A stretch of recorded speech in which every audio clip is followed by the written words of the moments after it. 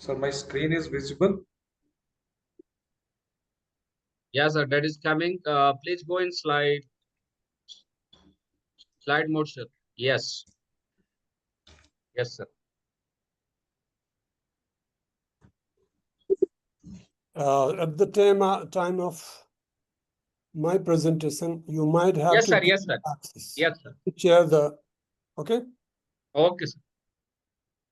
Very good evening and welcome to all the participants across different states of India as well as UT. So all of you are welcome in this faculty development program on smart cities and mobility, technological innovation for sustainable urban transport. So today is the first day and this FDP is organized by a collaborative effort of Human Resource Development and the School of Architect and Design, Lovely Professional University, and as well as it's sponsored by ATAL AICT. So we welcome to all of you in this FDP, and I hope it's a very good. You must have experience related to this smart city because that is the need of the future time. Now, before the start of this session, I request everyone to raise and because that is a custom or culture of our country that we have to first give importance to this light lamping, lamp lighting. So I request all of you to please raise.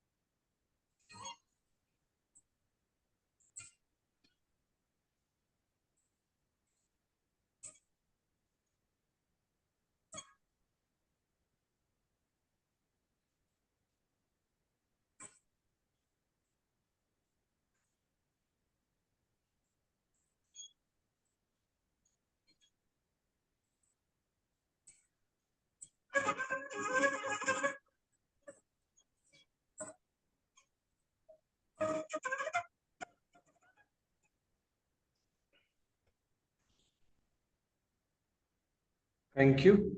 So first of all, I'll introduce our FTP coordinator, Professor Dr. Nagendra Narayan. So currently serve as a professor of architect at Lovely Professional University, School of Architect and Design. He is deeply involved in various technical, educational, and social societies across India with over 2 decades of excellence. In architectural academia, he has made significant contribution to the field as an experienced architect and dedicated academic professional. He is skilled in developing innovative design solutions, promoting sustainable practices, and contributing to the advancement of architectural education, passionate about leadership, fostering creativity, and encouraging students to explore new architectural paradigm. Expertise in village development, disaster management, environmental sciences, and the integration of technology into architectural practices. Different bodies are there. He is a member of Indian Institute of Architects, Indian National Trust for Art and Cultural Heritage, Indian Economics and Allied Sciences, Vishwa Hindi Parishad, International Leadership Development, and many more. So without taking much time, now I invite Professor Dr. Nagendra Narayan for the further proceedings. Good evening and welcome. Thank you, our co-coordinator of this particular FDP, Professor Dr. Haziz Mittu Shah. Thank you for nice introduction. So, very good evening to all my participants, speakers, and esteemed guests for this ATAL online 6-day faculty development program on smart cities and mobility, technological innovations for sustainable urban transport. Over the next 6 days, from September, today, 22nd to 27th, we will delve into the critical and exciting field of smart urban development and sustainable mobility solutions. This ATAL FDP aims to equip faculty members, researchers, and professionals like architects, civil engineers, as well as planners, with the latest technological insights and practical knowledge necessary to how we can address the complex challenges of urban transport and city planning. As our cities grow rapidly, embracing a smart and sustainable mobility is no longer optional, but essential need for creating livable, efficient, and environmentally responsible urban spaces.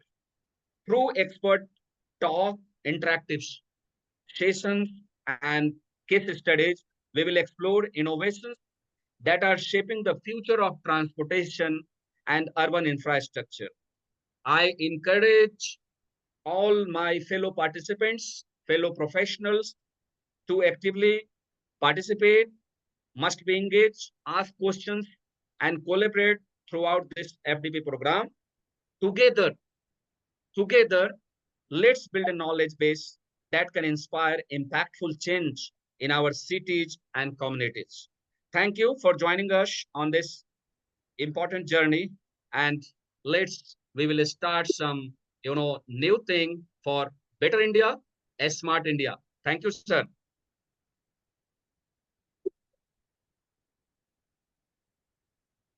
So now I am inviting before inviting Professor Dr. Tara Singla ji. Our dean sir is not present today. I want to just explore about, we have the participants from Andhra Pradesh, Assam, Bihar, Chandigarh, Chhattisgarh, Delhi, Gujarat, Haryana, Himachal Pradesh, Jammu and Kashmir, Karnataka, Kerala, Madhya Pradesh, Maharashtra, Odisha, Punjab, Rajasthan, Tamil Nadu, Telangana, Uttar Pradesh, Uttaranchal, and West Bengal. We have prepared alphabetically with our team, and approximately 200 participants, 190 participants in this particular FDP. This is very, important FDP to provide the a smart solution, and that is our dream of our Honorable Prime Minister Sri Narendra Modi ji. 100 smart cities, a smart mobility, how we can adopt the innovation. So this is the very important.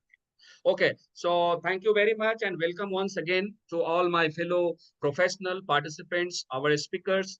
And now I would like to request Professor Tara Singla ji to address the few words to all of us for your motivational talk. Professor Tara Singla ji is the COD of our BT in the lovely School of Architecture and Design, lovely professional university. And she is very proactive professor, professor of architecture and actively participating in different type of activities. So welcome once again, ma'am. And I would like to say a few words on this particular FDP. Over to you, ma'am. Thank you so much, sir, for the introduction. Esteemed colleagues, distinguished guests, and participants, good evening and a warm welcome to this 6-day online faculty development program, formally approved by the ATAL AICTE. This program, from September 22nd to 27th, 2025, marks an important step towards fostering innovation in urban design, sustainability, and mobility. Your participation, even in a virtual platform, reflects our shared commitment towards enriching education, communities, and cities. Today, the urgency of smart cities and mobility cannot be overstated. We are amidst a paradigm shift where digital technologies, IoT, renewable energy, autonomous transport, and data-driven planning and redefining urban infrastructure are of prime importance. As educators and practitioners, we must not only adapt but also lead this transformation. Over the week, experts and thought provoking leaders will guide us through these key issues of smart infrastructure, sustainable transport, data analytics, and green mobility. This program blends research with real world practice, offering a platform for meaningful dialogue, shared learning, and innovation. I, on behalf of the lovely professional university, and our school and LPU HRDC sincerely thank ATAL AICTE for their continued support and all the speakers and participants for contributing to this collective effort. Together, let us work towards creating smart, sustainable, and inclusive urban spaces. Once again, I welcome all of you to this wonderful FDP. Let us make this an inspiring and impactful week. Thank you so much, everybody. Thank you. Thank you very much, ma'am, for your motivational kind words for all of us, exclusively our fellow participants. Thank you very much. So I want to participate that we all are ready for the first session. If you are ready, please some drop the messages in the chat box. Yes, if you are here and if you are enthusiastic for the first session of the FDP, ATAL FDP, 6 days FDP. Hello, am I audible? Harish sir? Yes, sir. Audible, sir. Yes, okay. And Professor Dr. Tej sir is here?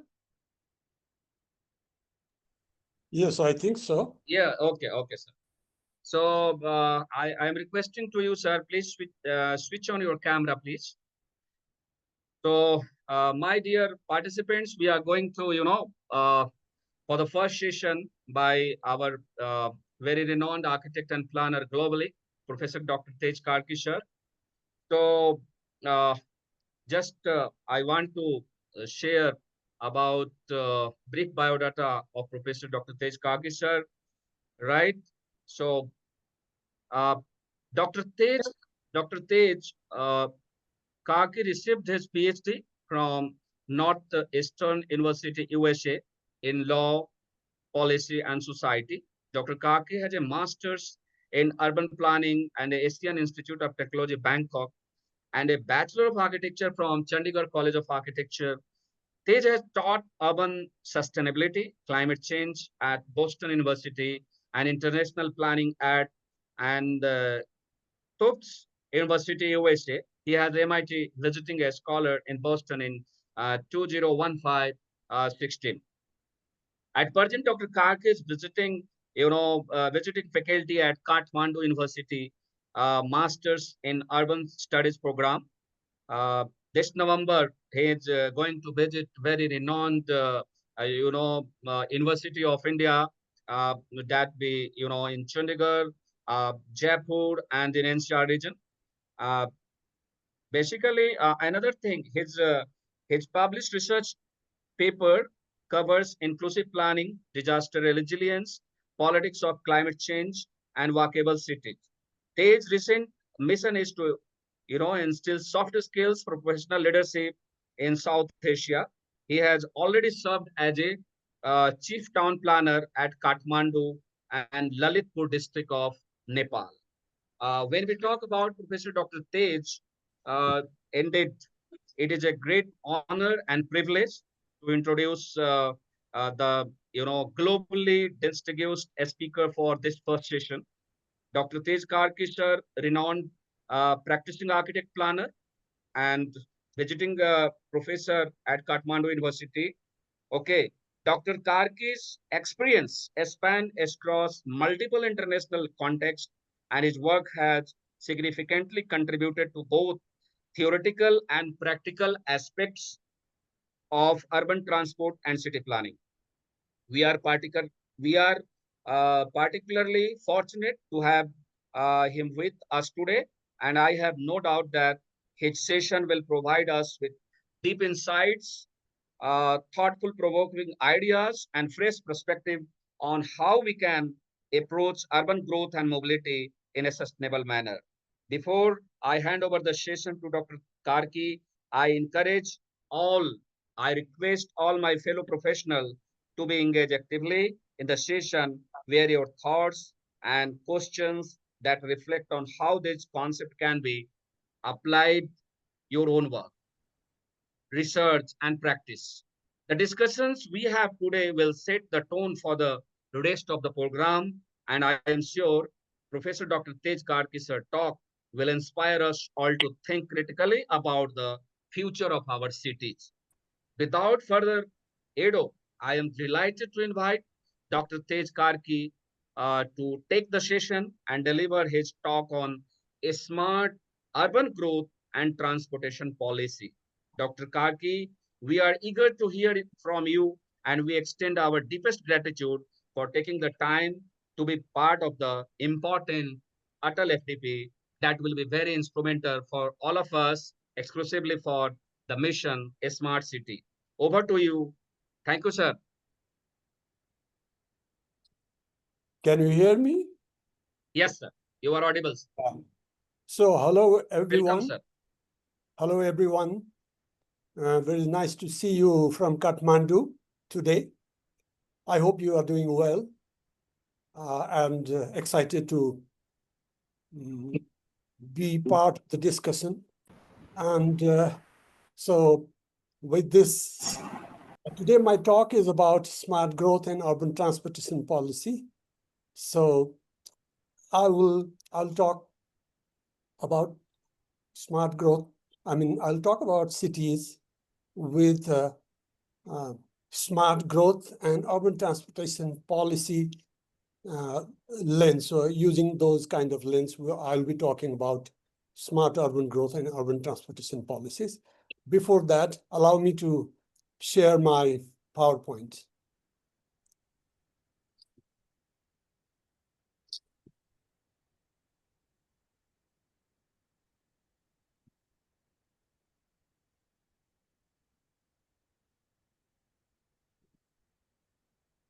All right, so we'll start our presentation now. Yes, sir. Visible, sir. Go ahead, sir. Yeah.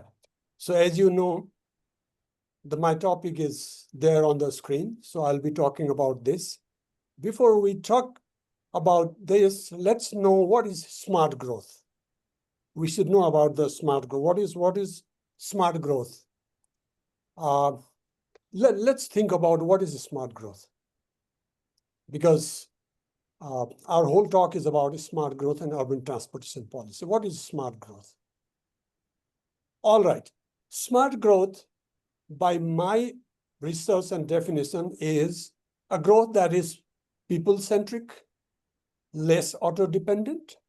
It respects nature and conserves land.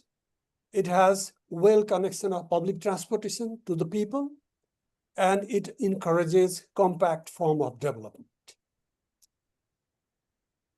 So, okay, if we are talking about smart growth, so what are the today's urban growth problems? That, of course, we should know. There is a problem, that's why we're talking about smart growth. So what are the urban growth problems today? Yeah. There are many, but some of them are all low-income sprawl, all random sprawl, as you can see, horizontal expansion all over the city. Again, you see the same thing. Then high-income urban sprawl, that's happening in the United States, where people work in a central city and drive 40 miles away to these bedroom communities. And they stay here and they drive 40 kilometers away and they stay in this bedroom community. And the interesting part is most of these bedroom communities even don't have footpath. They believe that people move on car, not on foot.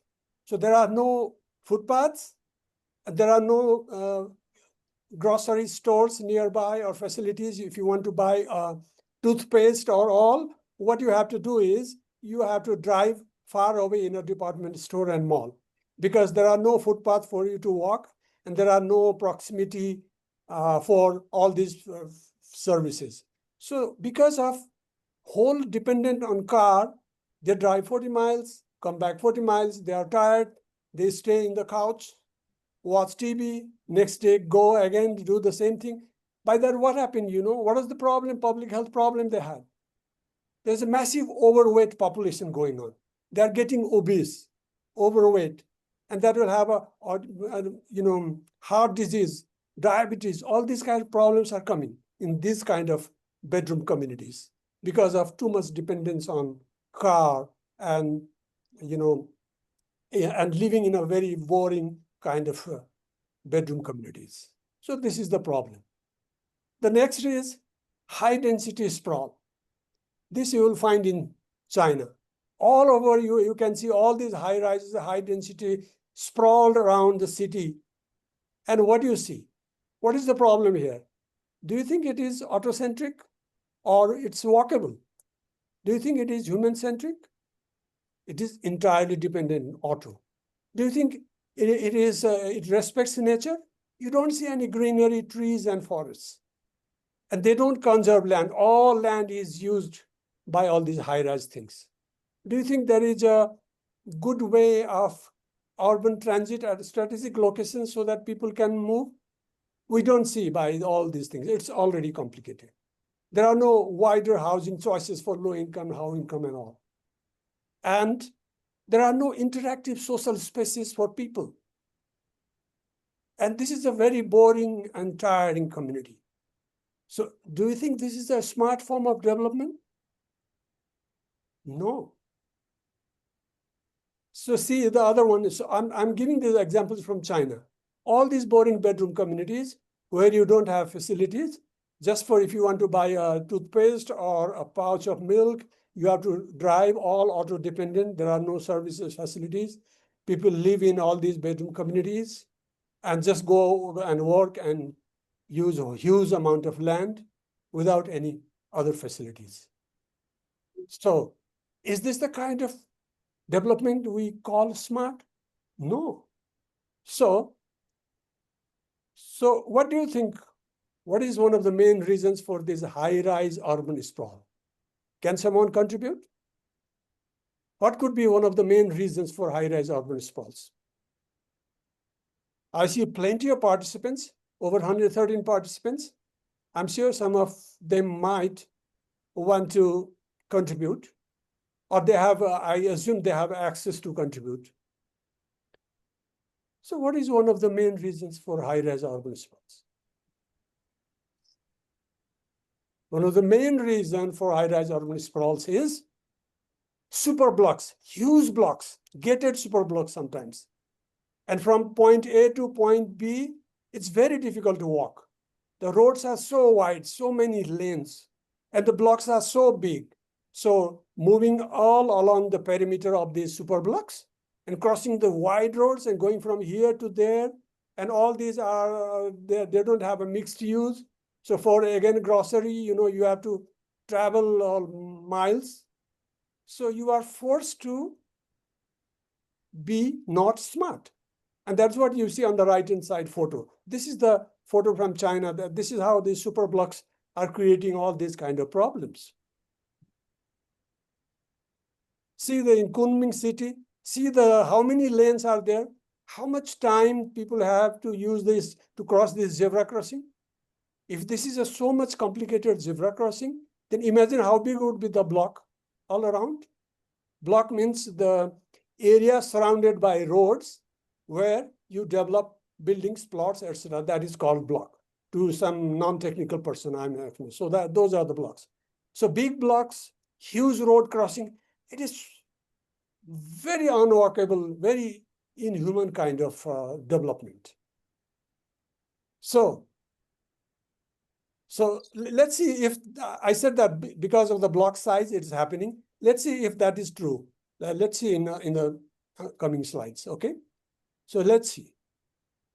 So you just imagine, see the basing. What is the size of the block? Average size of the block, 900 feet by 1500 feet. And there are some 50-lane roads out there, and still there is a traffic congestion. Big highways, big super blocks, difficult to travel, and still there are traffic jams. Do you want to have this kind of development? Do you see this is a smart one? I don't think so. So see, in the Portland, Oregon, it's a US city. You can see the road width is 60 feet, and the block size is just 200 feet by 200 feet. And it is considered one of the best walkable city in the United States. So smaller blocks and smaller width of road becomes very interesting for human mobility and human convenience, okay? And see the New York City and Manhattan, what is the size of the block? 600 by 250, and road width is 58 feet, just 58 feet. And the reason, although this is quite longer, 600 on one side and 250 on the other side, this 250 side, your intersections are quite closer. That is why it is not so much boring. Intersections are closer, just you go from 250 feet, you will get an intersection, turn right and left and streets.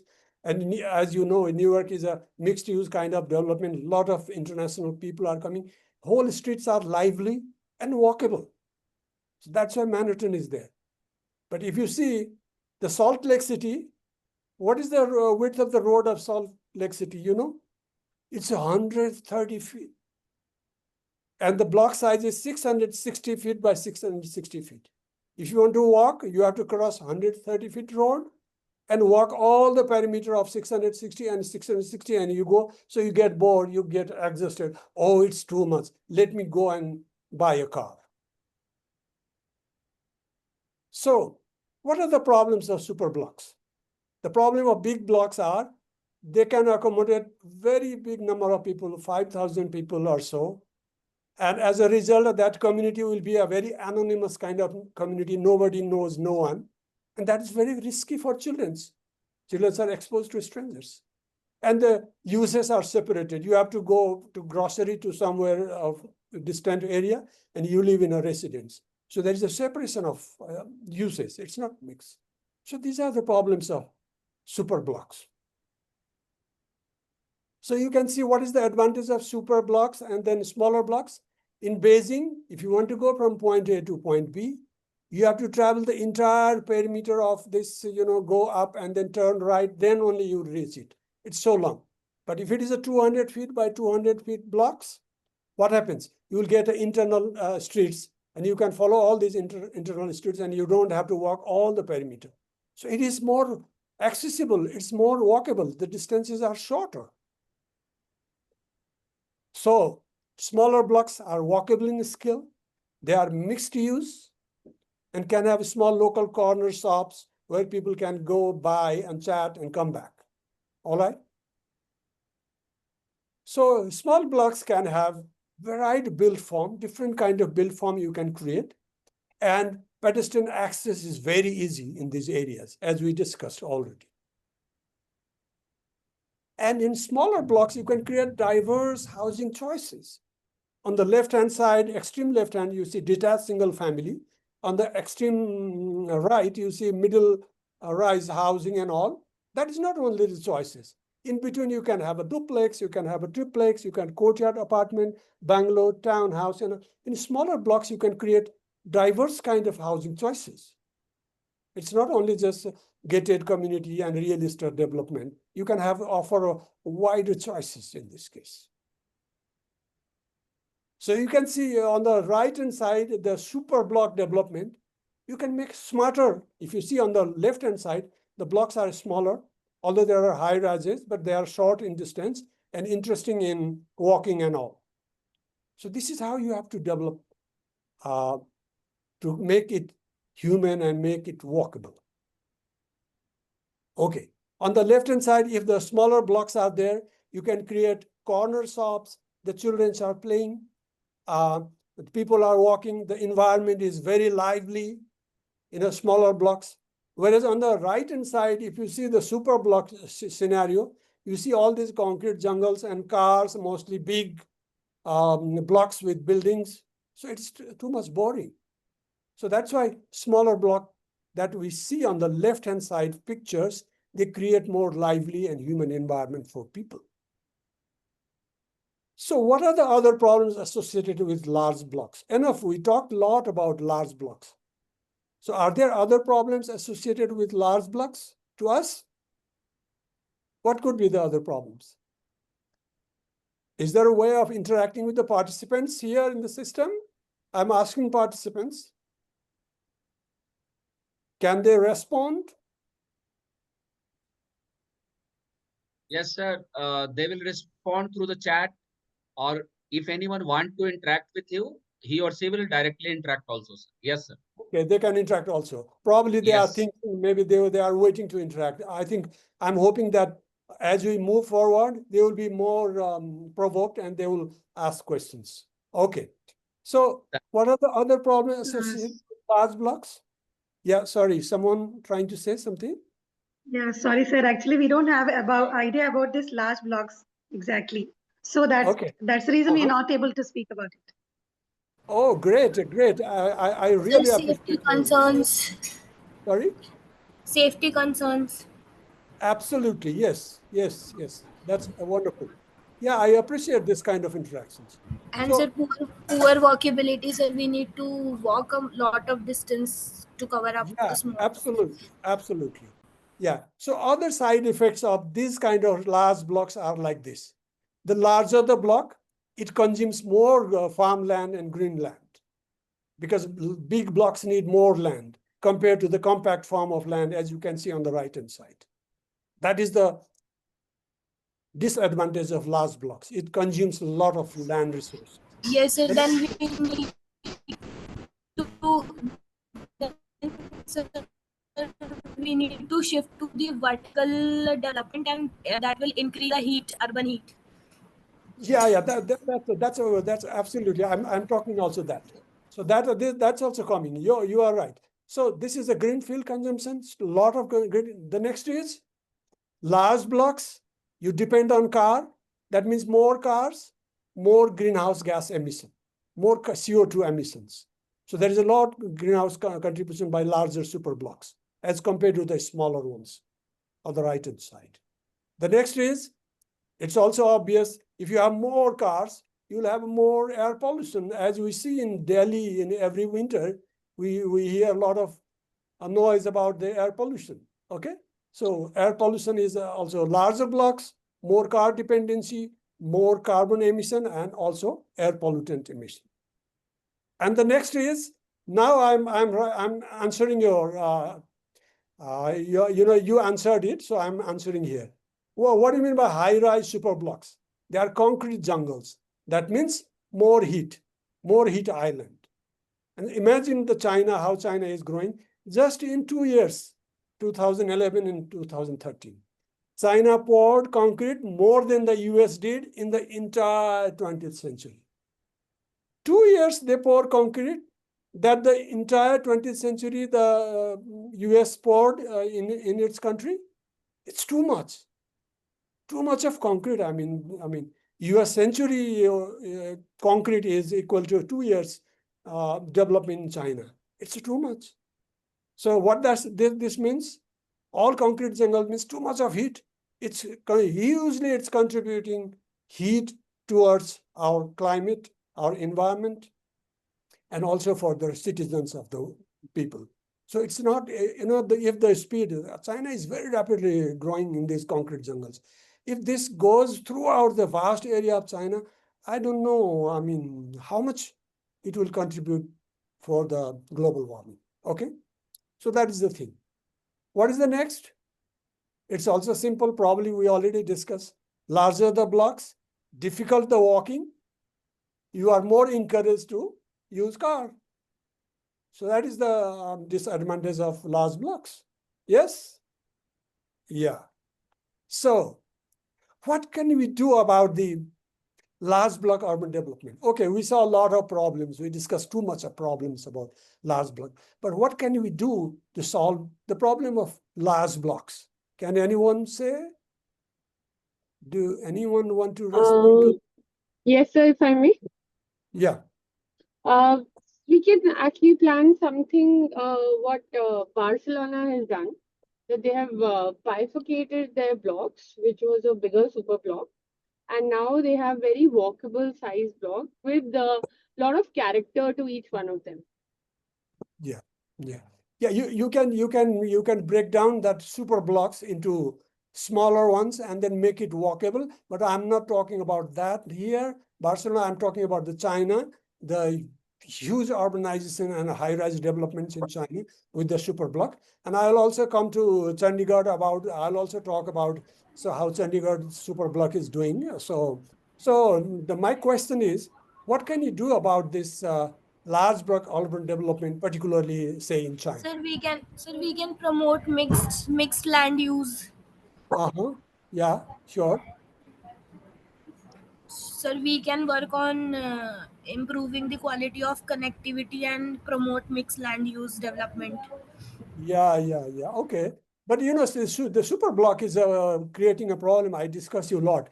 But if this is the situation, how do you improve? For example, if you have this kind of super block layout, then how would you improve this situation? If you are told to retrofit this kind of concrete jungle environment, what would you do? Sir, can I speak, sir? Yeah, sure. Yeah, well, I do think that we can't concise the space occupied by the construction, sir. But if you can have the greener concrete, like if you substitute more amount of other materials, replacing the cement, which causes more CO2 emissions, if you could do like that, we can have a more less impact upon the environment. And application of LC3, it's a new generation concrete, limestone, calcine, clay, cement concrete. So if you could use those, it have a good impact on the environment, sir. Yeah, absolutely right. We should think about this heat emitting concrete, alternative to heat emitting concrete. That way, we can protect environment, heat island, you can reduce heat. But the problem also is there about the super block walkability. For that walkability problem, and for, I discussed it's very difficult to go to the grocery shop. It's all kind of things. So we also need to solve this one. You are very right about the heat island, but we also need to solve this, the walkability problem. So what should we do is the main problem. Yeah. Okay, let me go. Hello. Yeah. Can we add vertical farming? That will add, that will mitigate this heat problem. Also, we can get some greenery also to remove all these greenhouse gases coming into our house. You are absolutely right. There are the solutions Mr. Ashraf and Mr. Himmatji said is to cool the environment, to reduce the heat effect of concrete. That's an absolute good advice. But I'm also asking for you to how to make the super blocks walkable, mixed use, and then human friendly that I discussed earlier. Can we divide the super blocks into parts? I think we need to update the zoning. Okay, fine. Thank you. Both of you are, I appreciate. But the thing is that I'm exactly going to tell what you are trying to say. So see this one.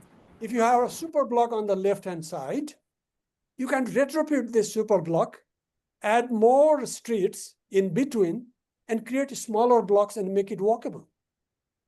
This is one way of add a lot of interior roads so that it will be blocks will be smaller and it will be more walkable. And you can see here how you can do. See at the bottom, there's the exterior existing arterials with super block. Add more couplets. Up, you keep going up. And then what you add? You add, I cannot see from this side. You add green auto-free lanes. You add local streets. And ultimately, the extreme up, you can see that it's a smaller blocks are already created. So you can make deconstruct super block into smaller grids, walkable grids in this way. That is how we can think of solving the problem of super blocks. It's walkability and so many problems. Okay. So you can see that in the same area they have also added non-motorable lanes. This is a car-free lanes. Maybe walking and cycling is allowed. So if you have a network of auto-free lanes all throughout, you can walk. You don't need to depend on car and parking and this and that.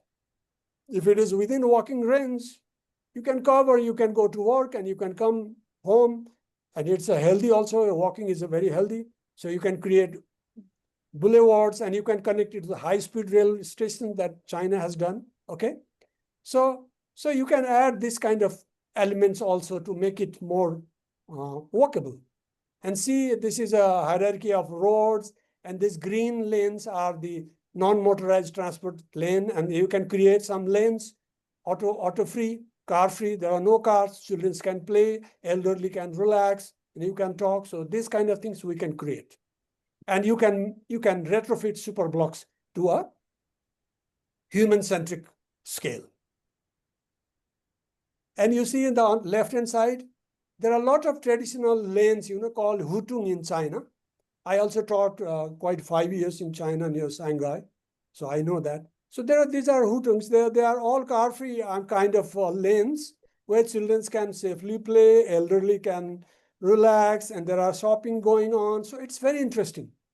And even this can be done in the modern development. As you can see on the right side, it's a auto-free corridor where people can freely walk, relax, chat, and do this.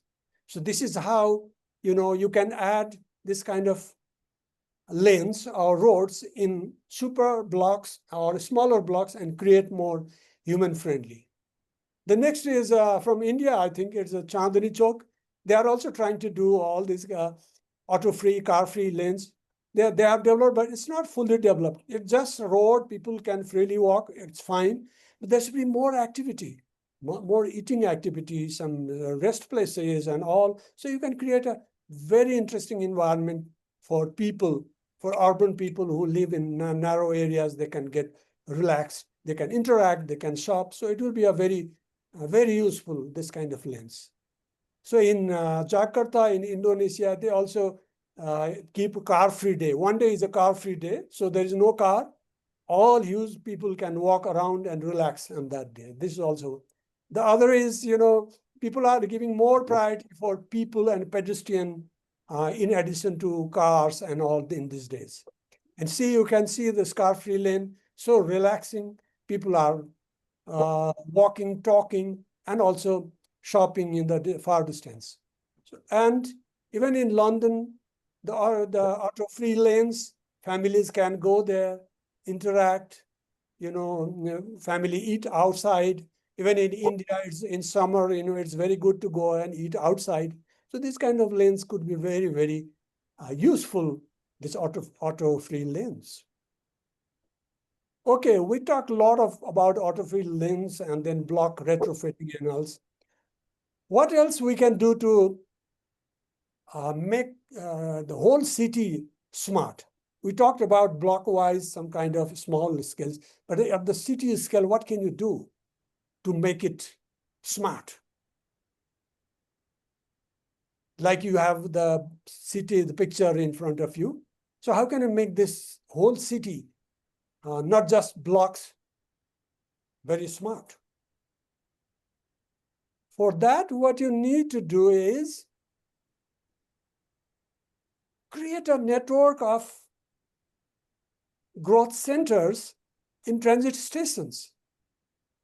Every train stations, every BRT stations, create it as a high density growth within the walkable range. That is called transit-oriented development. If you create a network of all these transit-oriented development along every train stations, bus stations, and BRT stations throughout the city, it will be an interesting thing. You don't have to depend on car. You live in a very self-contained environment. Within a walking distance, you have grocery shops, you have markets, you have everything, and you have residents in the periphery like this. This is a transit-oriented development. The transit station is there, maybe train stations or BRT stations. And nearby that, you create a commercial activities, office, and etc. And within 2,000 feet range on the outer area, create residences. People live there, and then within the walking distance, they can come to these commercial centers, do shopping, grocery, milk, etc., and go and live in the residential areas. So this kind of self-contained unit is called transit-oriented development. So what you have to create throughout city is a network of these kind of things so that all city will be accessible, walkable, smart, and less dependent on car and things like that. All right? So this is the another picture. There's a BRT line, and every BRT station, you have the transit-oriented development. And there's a rail metro line. In every metro line, you create a transit-oriented development. So people enjoy the greenery, enjoy the market, live in a peripheral residential areas. If they want to go somewhere, just go to the transit station and it will take you all over. So I think this is a better way of development than what we saw in the sprawled development, which I showed in the first 1, 2, or 3 slides. Likewise, even in an urban district, you can create a auto-free business corridor between train station to train station. Extreme left, you have a metro station. That is the center. It has a transit-oriented development. Extreme right, you have a metro station. There's a transit. In between, there is a big business corridor. It's an auto-free corridor where people can walk, relax, sit down, do shopping, and if they if they have done with it, they can take the metro station and go home. You don't need car. You don't need car parking areas. This should be the new way of development these days, right? The next is, I'm talking a linear form of transit-oriented development. This is a development in Curitiba, Brazil. This is the case. They have created 5 BRT growth corridors from the downtown in order to encourage transit-oriented development all along the BRT. Okay, if there is a BRT, it's a uninterrupted flow like train, so there is no traffic jam and everything. So people just can go down, take the BRT station, take the BRT, and then go anywhere. So this is a linear form of transit-oriented development. Why I'm saying this is linear form of transit-oriented development? I'll show you the section. See, the central area is a BRT corridor. Just near the BRT corridor, you have a high-density development, commercial, institutional, etc. As you go further up, you have ZR1, ZR1, ZR2. These may be your residential areas. You live in a residential area if you want, or you live in a high-density apartment near the BRT if you want. It is where the BRT corridor is within walking distance. Go to the BRT station and go home. It's so simple.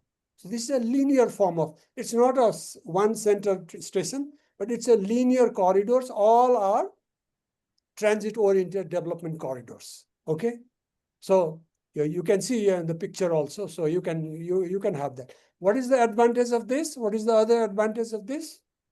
The other advantage of this is, in between the corridors, there's a huge green land.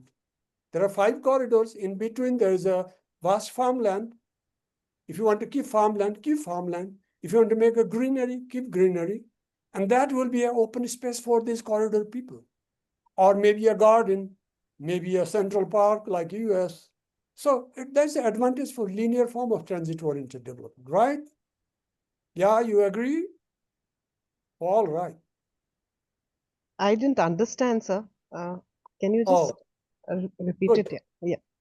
Okay, Thank you. so let me know what you didn't understand. Yeah, please go ahead. The second part where you showed that they are the second slide. Okay. Yeah, here you showed these nodes. Now these are the stations, right? Yeah, they're the BRT stations. Yeah. Yeah. So how does it make it more walkable? They must be at a larger distance, as No, their stations? Yeah, no. So yeah, you can see in the sector Itrola, that is the central corridor you can see in the section, right? right. Just below the section at strategic points every 500 meter or 600 meter or 900, there are bus stations, BRT stations. Okay, There, okay, these people can catch. okay. It's clear now? Right. Got it. Thank All you. right, thank you. Yeah. So you get this kind of environment, green space between corridors. And what are the key messages that we discussed so far? I think we are discussing too much. It may be a very too much thing. So what are the key messages I'm trying to give you? Can anyone tell me?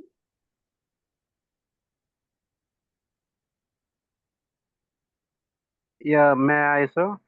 Yeah, sure. Ashraf ji, please go ahead. Yeah. Yeah, one Yeah. thing is when we have the larger blocks of the area, we have to Yeah. make them shorter so that the area will be provided to the human to walk around, not for the Absolutely. auto. That's Yeah. one thing is I'm really interested. Mhm. And other thing is we have other plans like when it is in concrete jungles, cities like Mhm. New York or something in the Mhm. world, have to Mhm. create some localized areas and Mhm. we have to connect them with one line. What you've Yeah. shown in green patches like structure. Yeah. Yeah. That's a good idea, Yeah. sir. Yeah. Yeah. Thank Those you. two. Very nice idea. Very good idea. Any more? Anyone else? We discussed very interesting things. So I want to know whether we We have Some messages are also in chat box, sir. So we have created a Yes. walkable city. Mhm. Like this, a person can walk to their destination very easily, can commute further through public transportation rather than depending upon cars for their travels, which was a Oh, huge problem beforehand. absolutely. So I'm so happy that you are really telling. I mean, I think now participants are getting what I am trying to say. So thank you very much. Any others? Green corridors, we are developing walkable corridors and Yeah. more intimate spaces. Yeah. Yeah. Green corridors, auto-free corridors, not motorcycles and cars. So auto-free green corridors. Yeah. Those are very important for people's safety and psychological safety. Okay. Sir, while So planning city, we should also look up to the common mobility plan. okay, common mobility plans like? Like we should design our metros and all the amenities according to the city and according to the societies and the population. Yes, it should be interconnected. Every, neighborhood should be connected to the transit stations so that, there will be no dependence on car and they can move freely from one place to another. That is Sir, absolute. some messages also in the chat box. Yeah, could you read and tell me what are their questions? Yes, yes, sir. So, Kanishka Kurda, she is writing interactive and green corridors pathways. Green corridors / pathways. Oh, yeah. Right. Shapna Diman, she is writing a special independence. Rohit Kumar is writing people-centered cities. Yes. Architect Kapil Rao is writing livelihood cities. Livelihood. Yeah. Architect Ankita Mishra, she is writing more of people-centric. Absolutely. Yeah. Yeah. Yeah. So thank you. Sir. Yeah, green corridors, the response is very good and very interesting. But I would not only say the green corridor, I want the green corridor not intervened by cars. It should be auto-free green corridor would be the best place for people to walk without fear of, car intervention. I think, yeah, so that also we have to think about it. I'm not saying green corridor is wrong, but this is my personal opinion. Sir, All we right. can So create, sir, we yeah. can create two layers. One is only dedicated to autos and other will be only walkway with the green spaces. and all the greenhouse gases which are emitting by these vehicles should be should not reach out to the walkable spaces. Yeah, absolutely. And these auto free lanes, they have said that the people can walk, also bicycling. But I'm not favoring bicycling. Sometimes these bicycles, they might hit pedestrians. So it should be some separation. But yeah, it's a matter of thinking in the context. Okay. So thank you very much for all these very Sir, we need to improve our way how we treat nature so that it treats us the same way. Exactly. Nature is the thing, if you don't consider nature, human activity, hit islands, you can see there are no greenery, no parks and all. So it's a all Sir, bedroom community. Yeah. sir, Yeah. I want to I'll just take add one more because I can move ahead. Okay, Umesh ji, please tell. yes. Along with all these aspects, I think the accessibility, providing the accessible environment and the barrier-free environment to maximize the walkability in the city is a major aspect, and we should also consider the accessibility part in this. Okay, Because thank you. when we are talking about this city as an aspect, we have different type of populations. We have childrens, we have older population also, and we have disabled and differently able people also. So we also need to think about all those people, and we should also think about the digital accessibility. Nowadays we are moving on the smart cities, so that is also a important aspect that we need to consider. Inclusive city and then digital access. Okay, thank you. So let's move on now. So from my point of view, I have just some summarized. I'm not saying I'm right, but all what you have already said it. So my point is, key message is block size matters. You can retrofit blocks. TOD around transit networks is a good idea. Car-free streets, mixed use and diverse housing choices should be there. And it should consume less land, emit less greenhouse gas and pollution. This is the message, based on what I thought. Okay. So the next Sir, is we are also creating city of well-being, where we are creating a lot of public realm where people can meet, and a city of healthy well-being city. Yeah, very lively, interactive. A lot of people are interacting. A lot of activities going on. So you see vibrant. You can say vibrant city, right? Yes, Are you sir. saying? Yes, sir. Okay. Yeah, that's a great point. Yeah, I appreciate it. Now, do you want to know about the Yulai eco-city in China?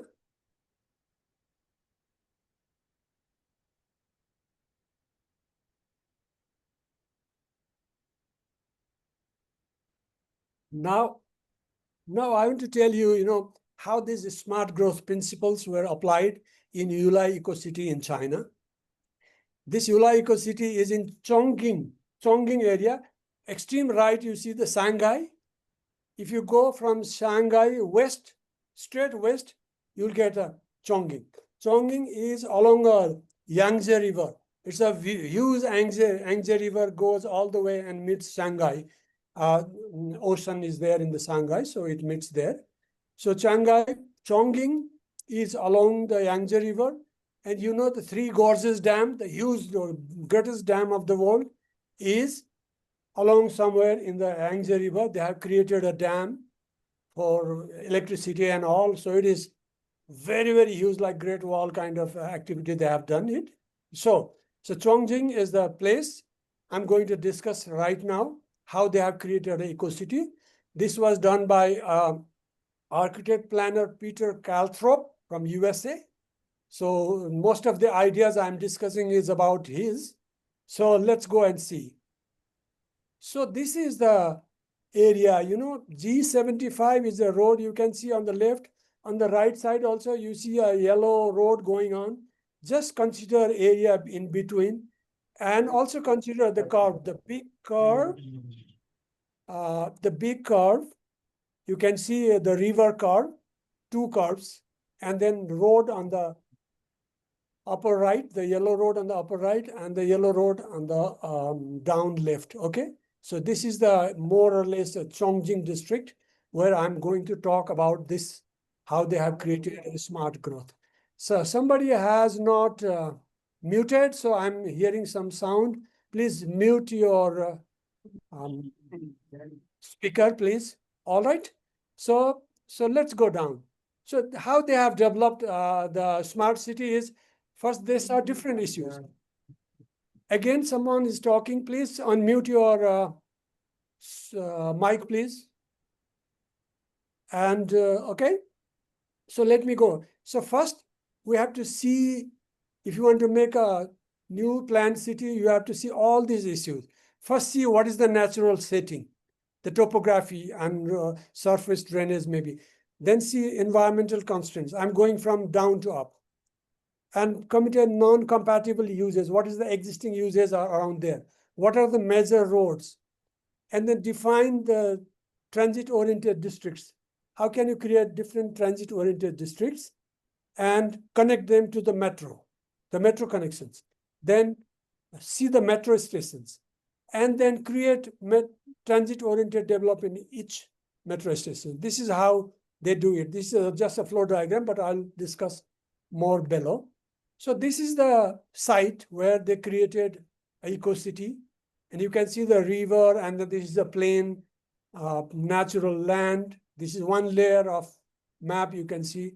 The next layer shows some features and the plain area. Okay. The next is they show some existing development in the around the area. That's okay. So we see the existing. The next is we see the roads, how the roads are going in that area. And what you do, and then now create districts, transit-oriented districts, where you will bring metro stations and then connect all these districts through the metro or BRT stations and all. Create some districts. Once you create districts based on certain criteria, developable land, then what you do, you extend the metro network, metro lines, all over the districts, and make sure that every district has 1 or 2 metro stations for transit-oriented development. Next, what you do, now you see the nodes, small nodes in the metro station, the dots. Those dots are the transit stations.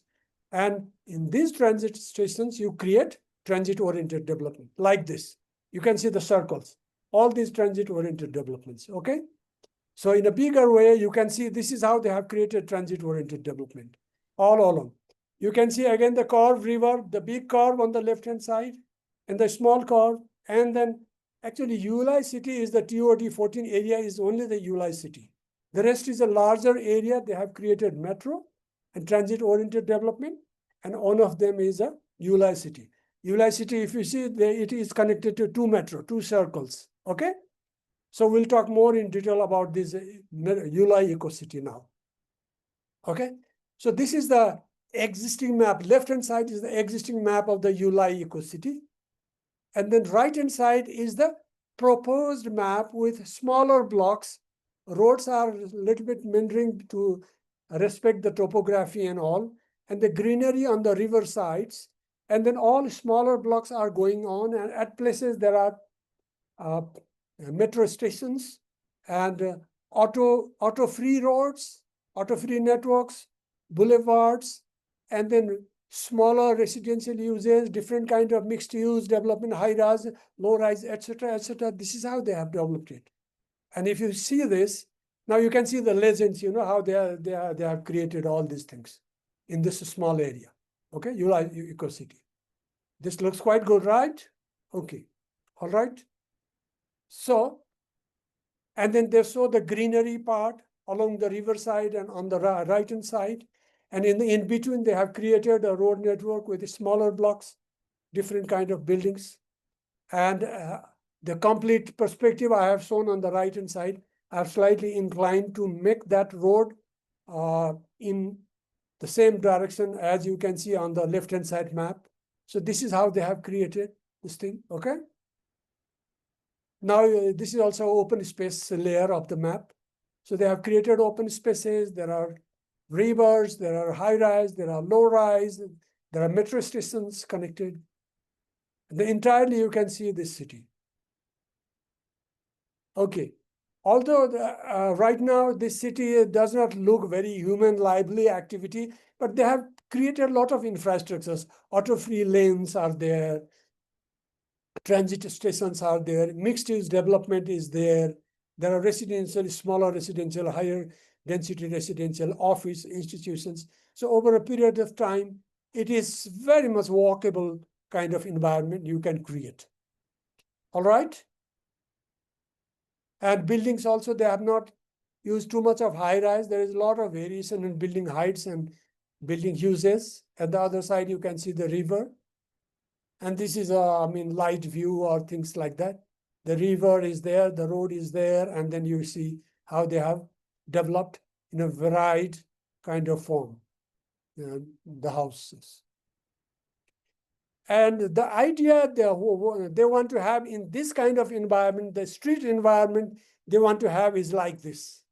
Like you can see, it's lively, people are walking on the street, people are shopping, there are small lanes to walk for people.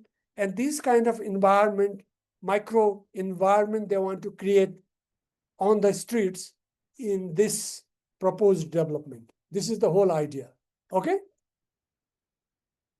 And these are the car-free lanes where people are walking in the center, sidewalks or rest places.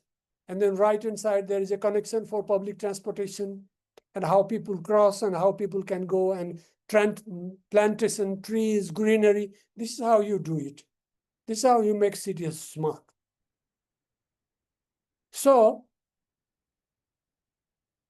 if you have a problematic super block on the right-hand side, within the same site, if you want, you can make it smaller blocks, smart, with greenery, with varied things. Just in the same site, you can develop, I have shown you on the right-hand side. If you want, you have two choices. You either want to go to the left in the same site, or you want to go for a right layout for the same site. The right one is more walkable, varied. There are interesting open spaces and greeneries. Smaller roads, transit stations are connected. Okay, the mixed-use development is there. It's more walkable. Corners are very simple. You have a choice. Whether you want to go to the right and the left. But I suggest you to go to the right kind of development. And the right side type of development is smart growth development from my point of view. Do you agree with that? Yes. All right. Okay, now I'm coming to India now. From China, I'm coming to India.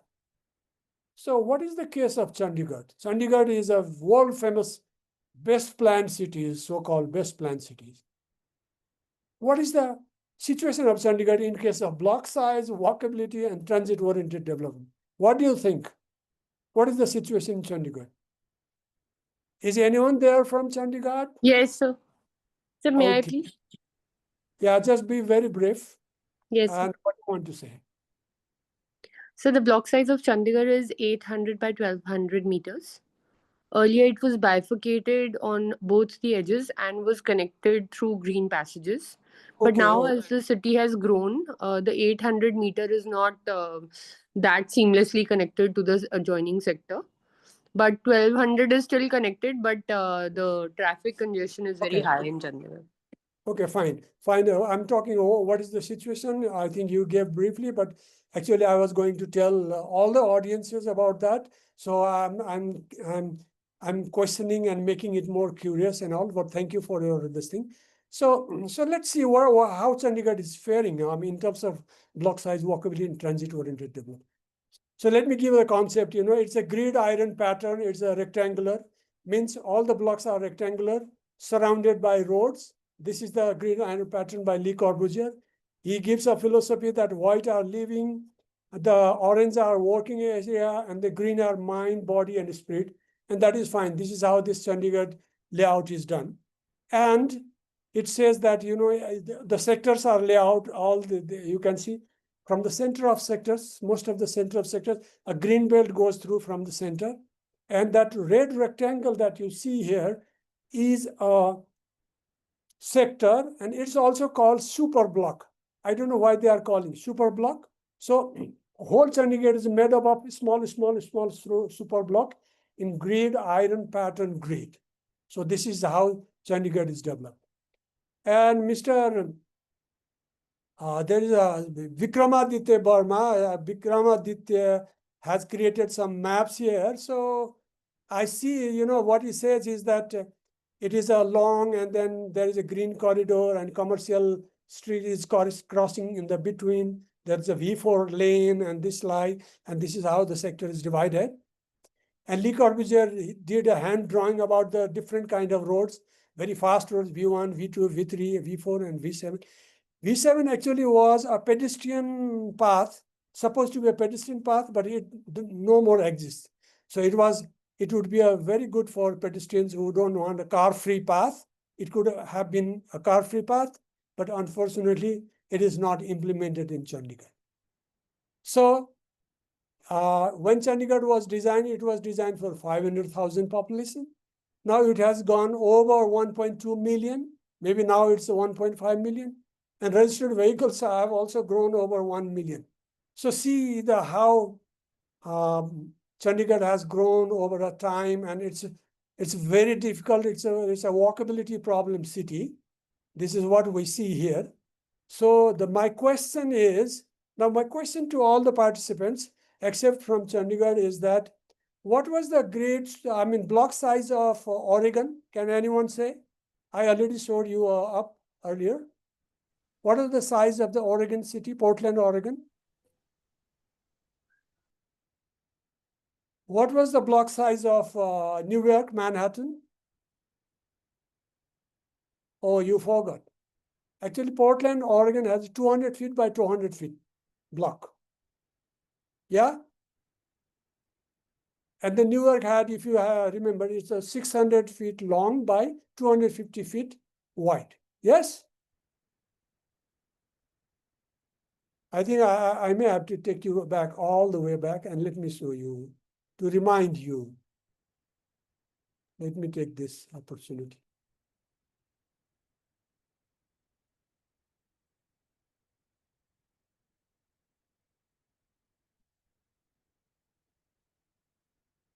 Okay. Okay, what is the block size of Portland? It's a 200 feet by 200 feet. Yes, sir. 200 feet by 200 feet. And road width was 60 feet. And if you go to New York, what was the size of the block? 600 by 250 feet. Absolutely. Okay. So Salt Lake was 660 feet by 660 feet. Now, that was my question. What was the size of the block?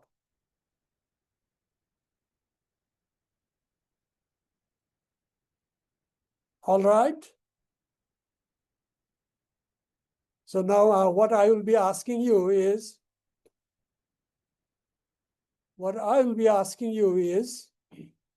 okay, now this is my question for you. Can you guess what is the size of the block of Chandigarh? Chandigarh is a grid iron pattern, and within the grid, there is a block. And what is the size of the block? Can you guess? Non-Chandigarh participants?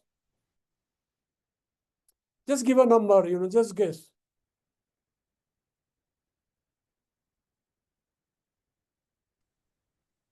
$800 by 1,200 meters. Sorry? 800 by 1,200 meters. 800 what? 800 feet? 800 meters by 1,200 meters. Tell me in feet now, because I have to compare with Portland. Portland is 200 feet by 200 feet. And New York is 600 by 250. So I want to compare in feet. And so meter is a different thing, right? Okay, I don't want to make you calculate and use your brain too much. You are already tired, maybe. It might be 1,600 by 3,000 something, 3,900. All right. It is 2,600 feet by 3,900 feet long. You convert it into meter. Yes? Yes. 800 by 1,200 meters. So Portland is 200 feet by 200 feet. New York is 600 by 250. And then Chandigarh is 2,600 by 3,900. Why? Why it has to be like this? This is the number one question.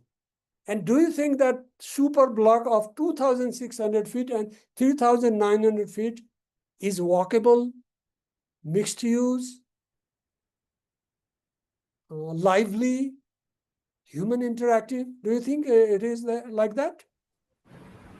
Yes, sir.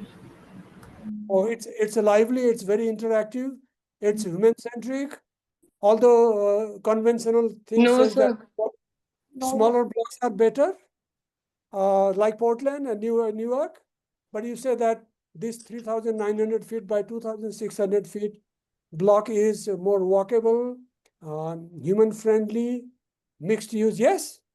No, this block is not walkable, sir. No, I'm not asking you. I'm not asking you. I'm asking non-Chandigarh participants. No, sir. Huh? No, it's not walkable, it's not lively, it's not human connected. Why? Because the length is too much, sir. Considering All right. its scenario. All right. Good try. I appreciate when you try, I'd be very happy. So, but the thing is that we'll see it. There has not been much research on this, whether this super block of Chandigarh known as sector is walkable or not. But based on some other criteria as in photographs by some students and all, so I will show you, whether it is walkable or not. It may need more research, but the early indication is it has a lot of walkability and mixed use problems. Okay, let me show you.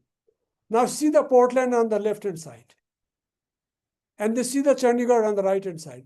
The Chandigarh photo is taken by my student, whose name is, I have placed below in other photos. So see the Portland, how interesting and lively is. And the Chandigarh sectors, you see all these cars parked on the footpath. The next is the scenario. Maybe this may be in a very high speed one, V1 or V2. I'm not sure. But if it is inner sector roads, then this is a problem. It's not walkable. Just see, the footpath sidewalks are blocked by walls. People are walking on the bypassing footpath and walking on the pitch road. And you can see a lot of problems. And here you can see in more blown up version, how cars are parked on the road. Yes? Yes, sir. And see, whole billboard is blocking footpath on the left-hand side, if you see. Is this the right way for walkability? And people are walking here and there, and there's no lively, we don't see a lively centers, lively activity. And it looks like very silent bedroom community from my point of view. So what can you do for Chandigarh? So what can we do? It seems that there are a lot of problems. Photographs show a lot of problems. But what can we do for this 3,900 by 2,600 super block to make it more human, smart?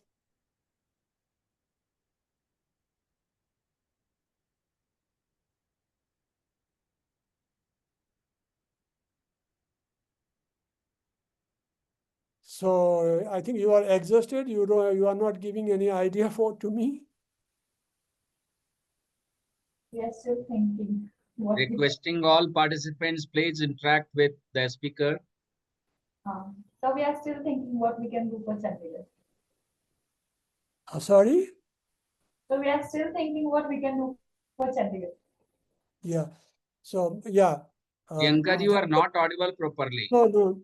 Yeah. Yeah, that's an internet problem. But anyway, we encourage, but we don't force participants to participate. But we appreciate if they participate. But thank you, Priyanka, whatever Sir, you we said. need to divide it into small blocks. As you said, we need to introduce TOD norms, and then we need to plan more green spaces and walkability. We need to mixed land use. We need to promote. That's all we can do. Okay, we'll also discuss in the discussion session. But I think you are trying to give good ideas. I think I appreciate. Thank you. Sir, So I believe these blocks, they are arranged in such a way that they are not self-sustaining. So each block has its own required facilities and everything. So it's more of self-sustaining. And then from the photos that you have shown, it could be basically because of lack of empathy towards people or the people's need can be one of the reason why it has grown so. So so again, a community participation or some kind of a initiation can be done so that the city can grow in such a way that it's more of human friendly or based on humans requirements. So if a person who is disabled or anything, so and so, they might face a set of issues. And again, people living in certain area might face a different sort of issue. So these issues, they have to be addressed at the same time. Some of the planning has to be in such a way that you sort of eradicate this issue slowly by slowly. Yeah.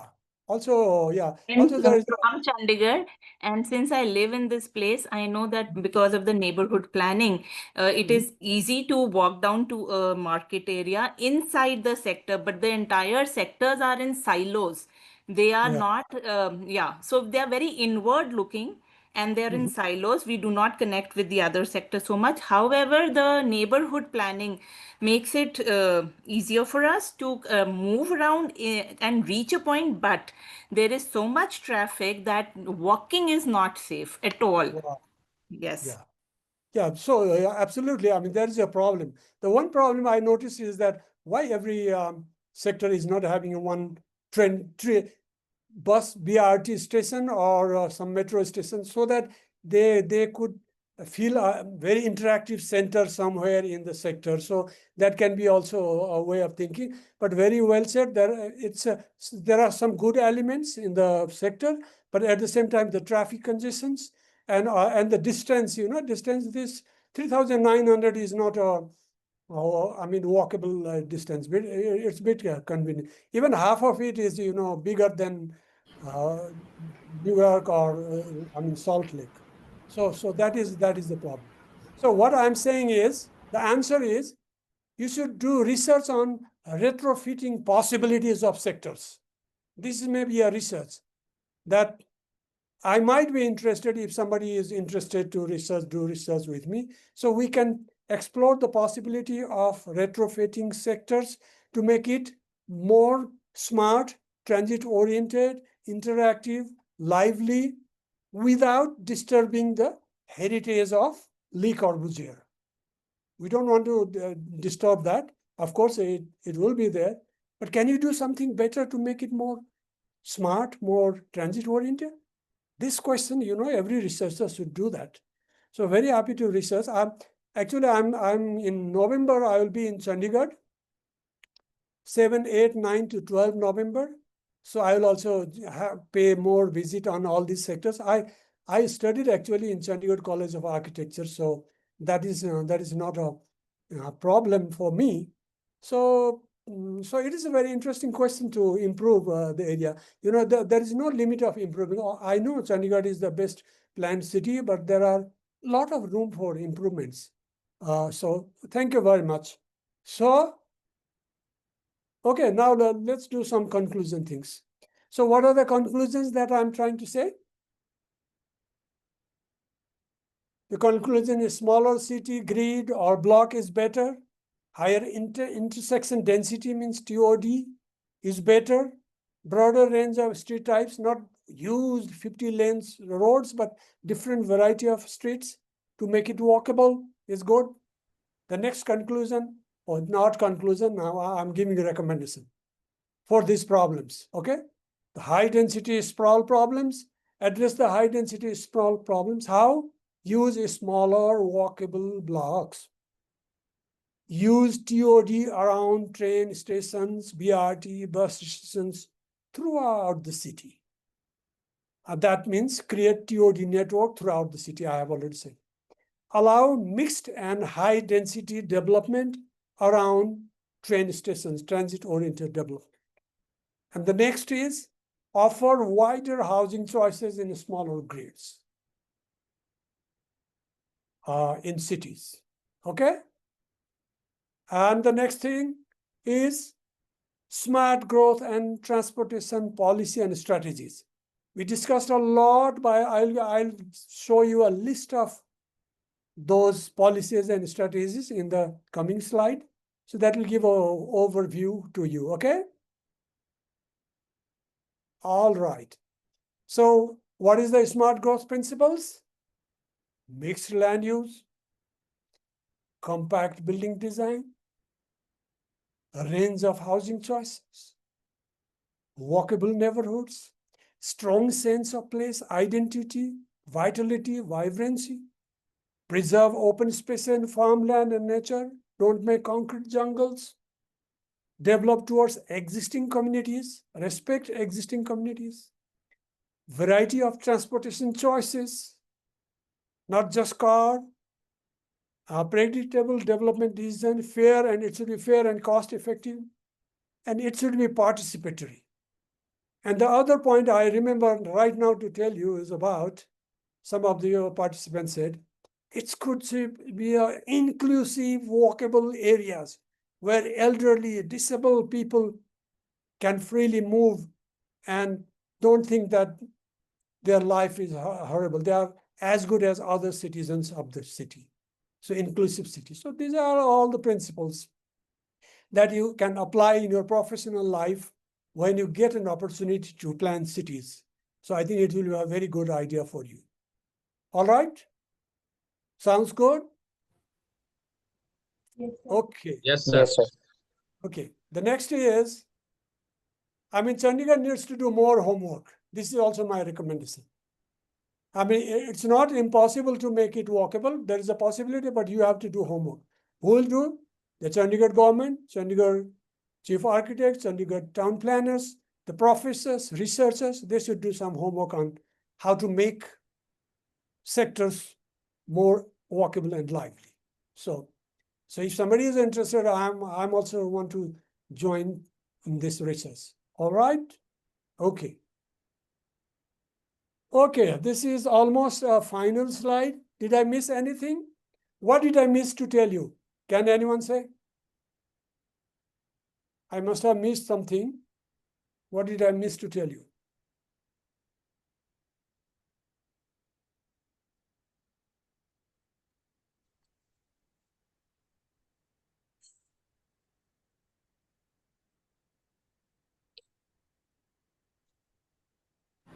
Sir, is it related to water body? For example? Like in this picture, we can see an artificial lake or something like that. Mm-hmm. Okay. Creating some artificial water body. Watersheds and natural drainage. All right. So any more? Sir, one question is already in the chat box by Mr. Jayesh Tendulkar. Why Chandigarh has not a single flyover for ease of transportation? Yeah, flyover actually, is not good for, this Le Corbusier's legacy, and it should respect that and don't distort those all. There are a lot of images, monumental images of Le Corbusier and all. So it is, and a lot of greenery, there are good parts also. There is a green belt going on. There is an order in the city. So making flyover will make it as like any other cities like Gurgaon or maybe any other, that's international. I'll talk about that also. But thank you for asking that question. So now what I'm saying is, here is you should use all the principles that I said for making a smart growth. But you should also ask one question. Is this town disaster risk-free or not? Should planner not ask this question? It is along the Yangtze River. Yangtze River is a very dangerous river. It may have a flood. And then you can see the reservoir, that brown area on the right-hand side. The whole area is a Three Gorges Dams reservoir. It's almost touching Chongqing, I mean, this area. So shouldn't you think that, what you will do, of course, it's a smart from walkability, from transit-oriented development, mixed-use developments. But the question is it resilient to flooding? Like you have a Gurgaon flooding. It's just like a New York City developed near Delhi, but there's a 20-kilometer traffic jam in the flooding. And you see that Chamoli district disaster near the river. You see that Dharala, recent damage in Dharala, the water. Is it a good idea to have city near the river these days in a given context of huge cloud burst and sometimes rain uncertainty? Is it a good idea? Is this city safe from that perspective? Shouldn't this planner look from this angle? Or is copy, it's very good, it's smart and everything. Yes, It's sir, nearby. definitely. Yes, sir, disaster resistant, disaster proof is very important, sir. Okay, so then how can you make this city, this is a beautiful city, it has already, how can you make this city disaster resilient? Can you give some idea? There should be some greenery around the lake or any kind of river or any kind of water body, so that it should store the water from the rain and then transfer that water to the canal or river. Otherwise, what will happen is, in case any kind of flood happen, then the flood will directly enter into the urban spaces. In case the flood is not there or rain is not there, then this kind of river can dry up due to the urban consumption, or urban may send some kind of or throw or dispose of some kind of sewage to this canal and make this canal dirty. So, there are so many problems. Only a series of trees can, protect these kind of lakes, the natural built of this kind of lakes or any kind of river. That's the only, solution that I see to it. Yeah, I mean, tree plantations and wetlands, they can to some extent take the water, but if it is a huge flood, these trees and plantations won't be able to resist, and then But whole they city. can reduce the flow of the flood or any Yeah, they kind can of to some extent resist, but if it is plus a huge the water which is coming from the flood, that can also be going to the roots of these kind of trees, so they can mitigate some kind of flood flow, and water can also be going into the yeah, underground water. okay, that is one measure. So Instead what of are the surface other, water, it can go down. okay, So, what are the other measures? So while planning the city, it is important that we take care of the natural drainage system of the city so that this rivers are fed well, and runoff water should also be reduced to recharge the groundwater through providing green spaces in between so that they can absorb water. No, I think in this case they have. So I think retention walls must be built. Wetlands, we can create wetlands. Retentions don't work. They have created huge dams. Now dams are not working to retain water. So, all these are structural things. So Or let sir, me, underground reservoirs or underground storage tanks. so what I want to say now is, the built up areas, all these buildings, the one idea is make the ground floor developed on pillars and stay in the upper floor. In case of flood in the down, it will be a column erected kind of building. Upper story Yes. you have places Stilt and floors. built on stilt. I mean that is one way of addressing in case of a huge flood. But for a huge rescue from the flood, what I think is we need overhead metro station, overhead expressways.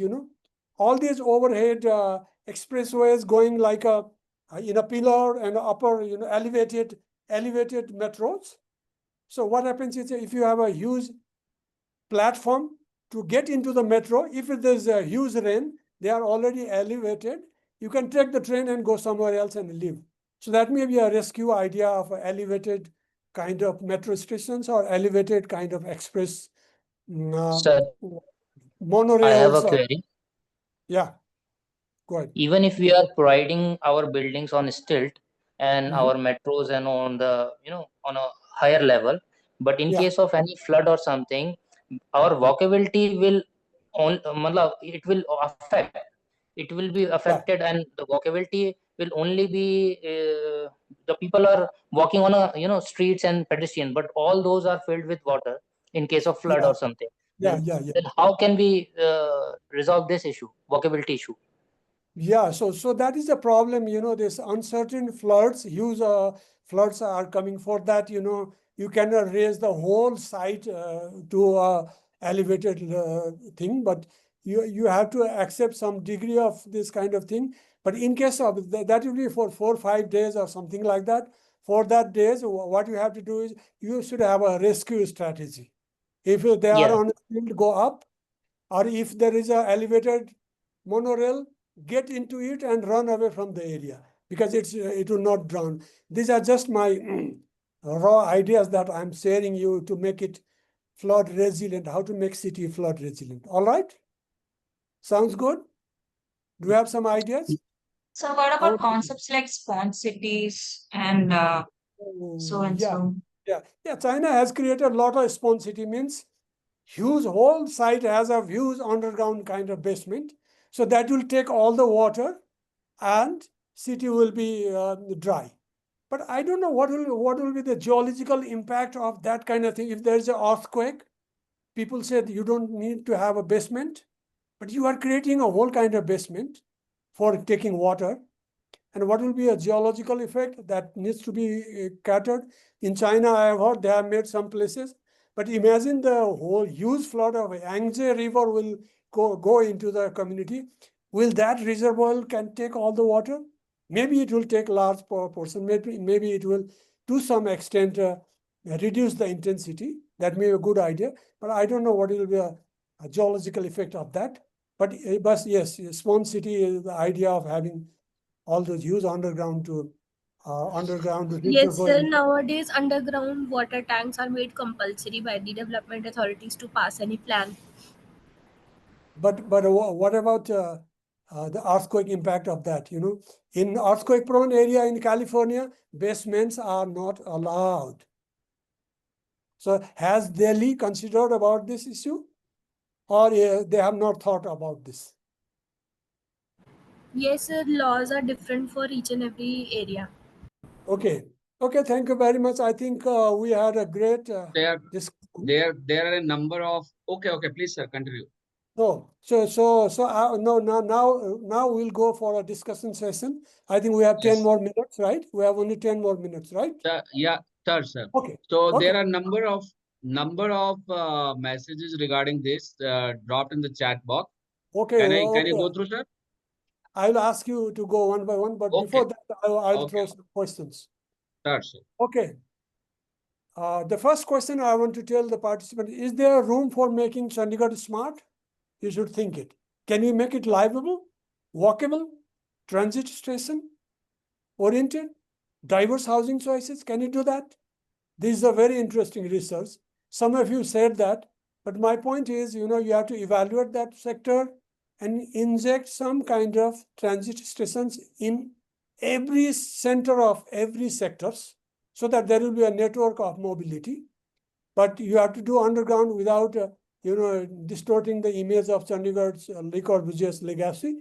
So that may be one thing, but you can think about this. Okay, we don't have time now, so this is one question I want to think about you.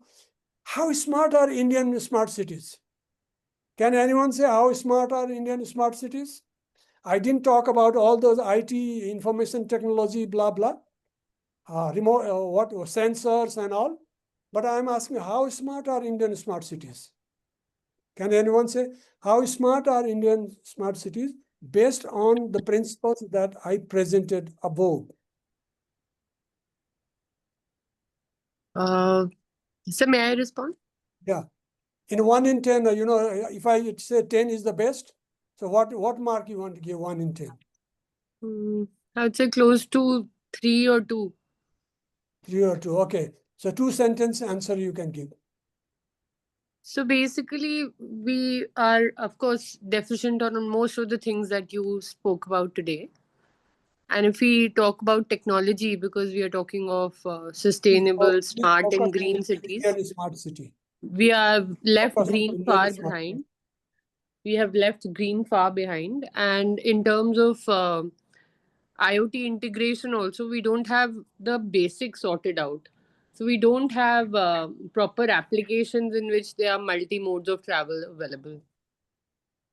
Okay, based on I'm asking based on walkability, based on nature conservation, based on public transit, based on wider housing choices, how the Indian smart cities are faring in these points. Sir, they are not faring very well because nature we have far forgotten. Okay. Walkability is not there. And if we talk about block sizes, those are also not very conducive to walking. The environment is not safe. And disaster management also we can't talk about much. Which Indian smart city example you are talking now? So I can talk about Bangalore, which is an IT-rich city, and it is primarily flooded most of the time. Yeah.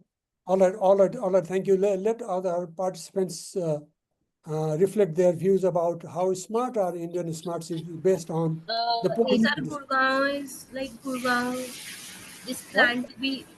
Sir, I want to take the example of Gurgaon. Gurugram. Gurugram is the Indian smart city, right? So it was meant to be a smart city, but it is highly populated and a lot of traffic jam and congestion and poor sewerage system. So they are not smart then. They are not smart. Yes, city. sir. They are just said that it is a smart city of India, but it is not actually. So we are lacking. So we are working with. Sorry. Continue. We are working with lots of mixed use traffic where two-wheelers we have a high number of two-wheelers users and private users, and our cities are mostly, if we look into generally it is organically developed, so it becomes very difficult to implement public transportation and adhere to their guidelines in Indian normal cities. Okay, thank you. I mean, you should be very brief because we don't have much time. So, Parampreet Kaur, you wanted to say something? Yes, Very sir. So I told that was me. He has only. spoken, sir. Already spoken. Sorry. So now Himatji was trying good to evening, say. sir. Yeah. Actually, we were talking about the Gurugram. So Gurugram is a combination say one of glass and concrete jungle. So that's why it is creating a lot of heat island. I mean, it is a heat island, and the temperature, if you see, in respect to Faridabad, it has got more than 5 degree extra temperature, although the sun is hitting at the same intensity. Because of the glass buildings, I mean, all the glass are reflecting heat around. I mean, because of the high temperature, the ACs has to work more. I mean, more energy consumption is happening. So that's why greenhouse effects or green gases are emitting more. So that is creating a city to live vulnerable. All you are saying is that you are against the Gurgaon smart city idea. Actually, urban planning is the problem. I'm not saying that the city is smart or not smart, but urban planning is the big problem. So if urban planning is a problem, they how started can making it the be smart? building instead of I mean planning in a urban planning manner, so that the green spaces, I mean balance between the green spaces and built up mass should have been there. It is actually. Sir, this is Yeah. Yogita. I would Okay. like to talk about the Pune, which has listed in the smart city list, right? And it's really worked out well in few of the areas, like ABD development they have done in on Baner Valewadi Road. And it's really working nice in terms of pathways and green area and developed around it, but still that is in only 1% land area. We can say that Pune has developed like this ABD development, like area based development plan, but yeah, still we are lacking behind that, whatever the examples you have given us, and national international level. But yeah, we have to work more on this.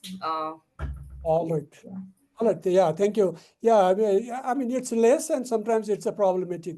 So any other one?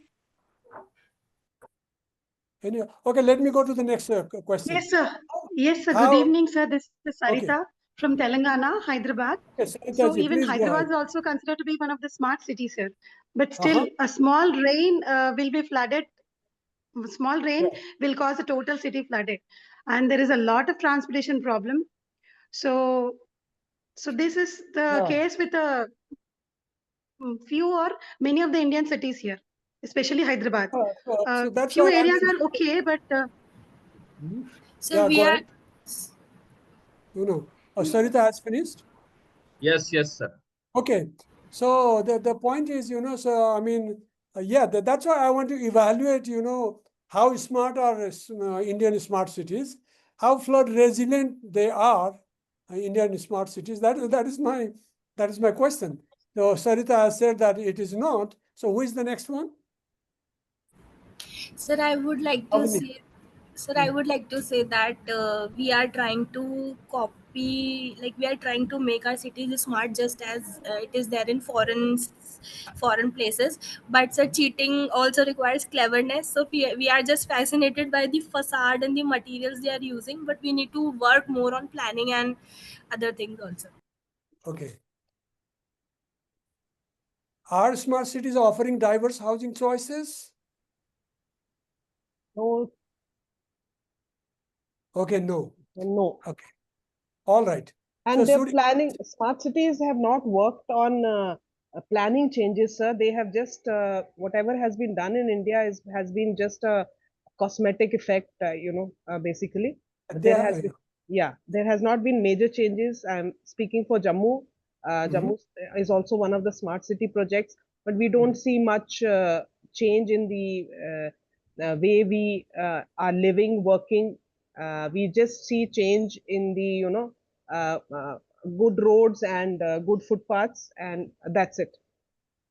Yeah, the smart city, the word smart city created a high expectation of great city, but actually what they are doing is they are doing a little bit of denting, painting and all. It's just a urban renewal or you can say some urban improvement. You could have said urban improvement, urban redevelopment, urban regeneration. You shouldn't have said smart city. Sir. Right word. Smart city is a different thing, so it is not smart. So it is not offering diverse housing choices, right? All right. So my next question is very important for architects. My question is, should Indian cities copy universal Western image of city, like you see in China, all those concrete jungles, or should have its own identity or image of city? Yes, sir, that's what I said. Ki we are just copying the Western places. We should have our own identity. We should stop cheating. Yeah. So all we have is all that prototype blocks, cylinder, all tall towers, cylindrical blocks, or maybe square blocks. All that is all over. It's a global, universal kind of Western image. China copied blindly, and India also want to copy it blindly or create some Indian image of cities. Oh, it's from India. It's not New York or it's not China. So that this is a more important thing. Do Indian smart cities reflect Indian image? But the pictures don't show. They show all Western images, smart cities. So what do you think? All right, we are running out of India time. is a very culturally rich country. And if we go and copy others, then our culture will be completely gone. So, we should bring some imageability or identity of our own cities. Yeah. So, and we should, our climatic conditions are also different from Western worlds.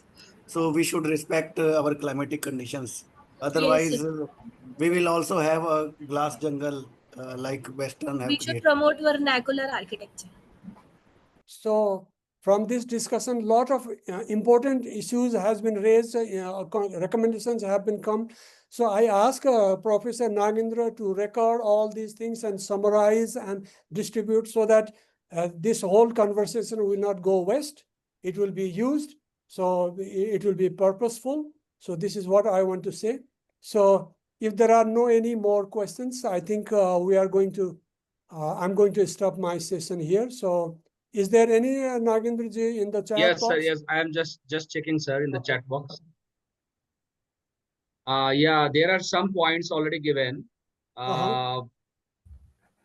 Arunakshi HS is writing, own identity, we should know more about our city climate condition before any changes to our city. Right? Dr. Anjanya Avasthi says, in my point of view, they are just cutting the trees and making the cities a hot pan made of concrete and steel. Nobody is concerned about the clean and green environment. I think they must consider these factors like developing a smart cities. I think participants have already written here views, sir. Okay, so there are a lot of useful views. All you need is to summarize all of them and then create something and circulate. So I hope you will also distribute the session was video. already in the recorded mode, sir. Everything, So yes. you'll circulate this recorded to all the participants so they can make use of it. So with this, I thank all the participants for your active participation and curiosity. So I hope you enjoyed this session. So with this, I end here. Thank you, Professor Nagendra, for this wonderful initiative, and it's a very useful faculty development program. With this, I give over to Mr. Professor Nagendra. Okay, over to you, Professor Nagendra. Thank you, sir, for the insightful session, wonderful session on the smart cities, and you have floated number of questions like a surgical strike to the participants. There are different type of questions, right? That include how we can. What did I miss? I mean, in your session, you have already floated, sir. Is there any room for making Chandigarh smart? That is very how smart are Indian smart cities, and there are views shared by the participants. How flood resilient is our smart cities? Are smart cities offering diverse housing choices like different type of gated and large block development, right? So there are different type of knowledge, insightful information and knowledge you have shared during your presentation, sir.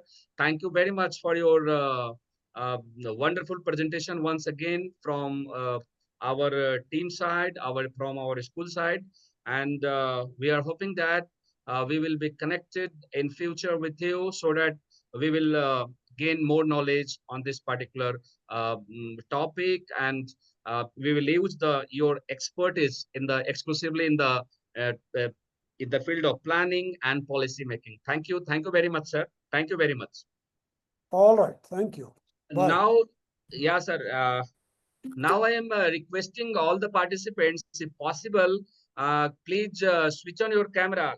Karki sir, you will also please stay and switch on your camera, sir, for group photograph. Rahul sir, can we make all the in grid mode so that more participants will be visible, sir? Rahul sir or Harish sir? You are not audible, Harish sir.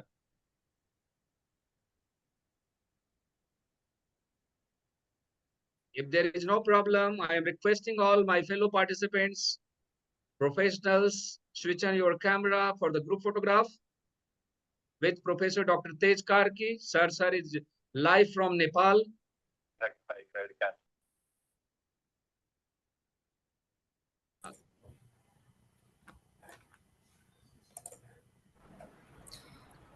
Sir, I think there is some issue with my camera. Can't see where the Swati ma'am, very good evening. good evening, sir. I can't see camera का signal वो ही नहीं आ रहा है. So camera symbol is the symbol is not please there. enable the camera icon. I'm not able to. Nagendra sir. Ji. Nagendra sir, am I audible?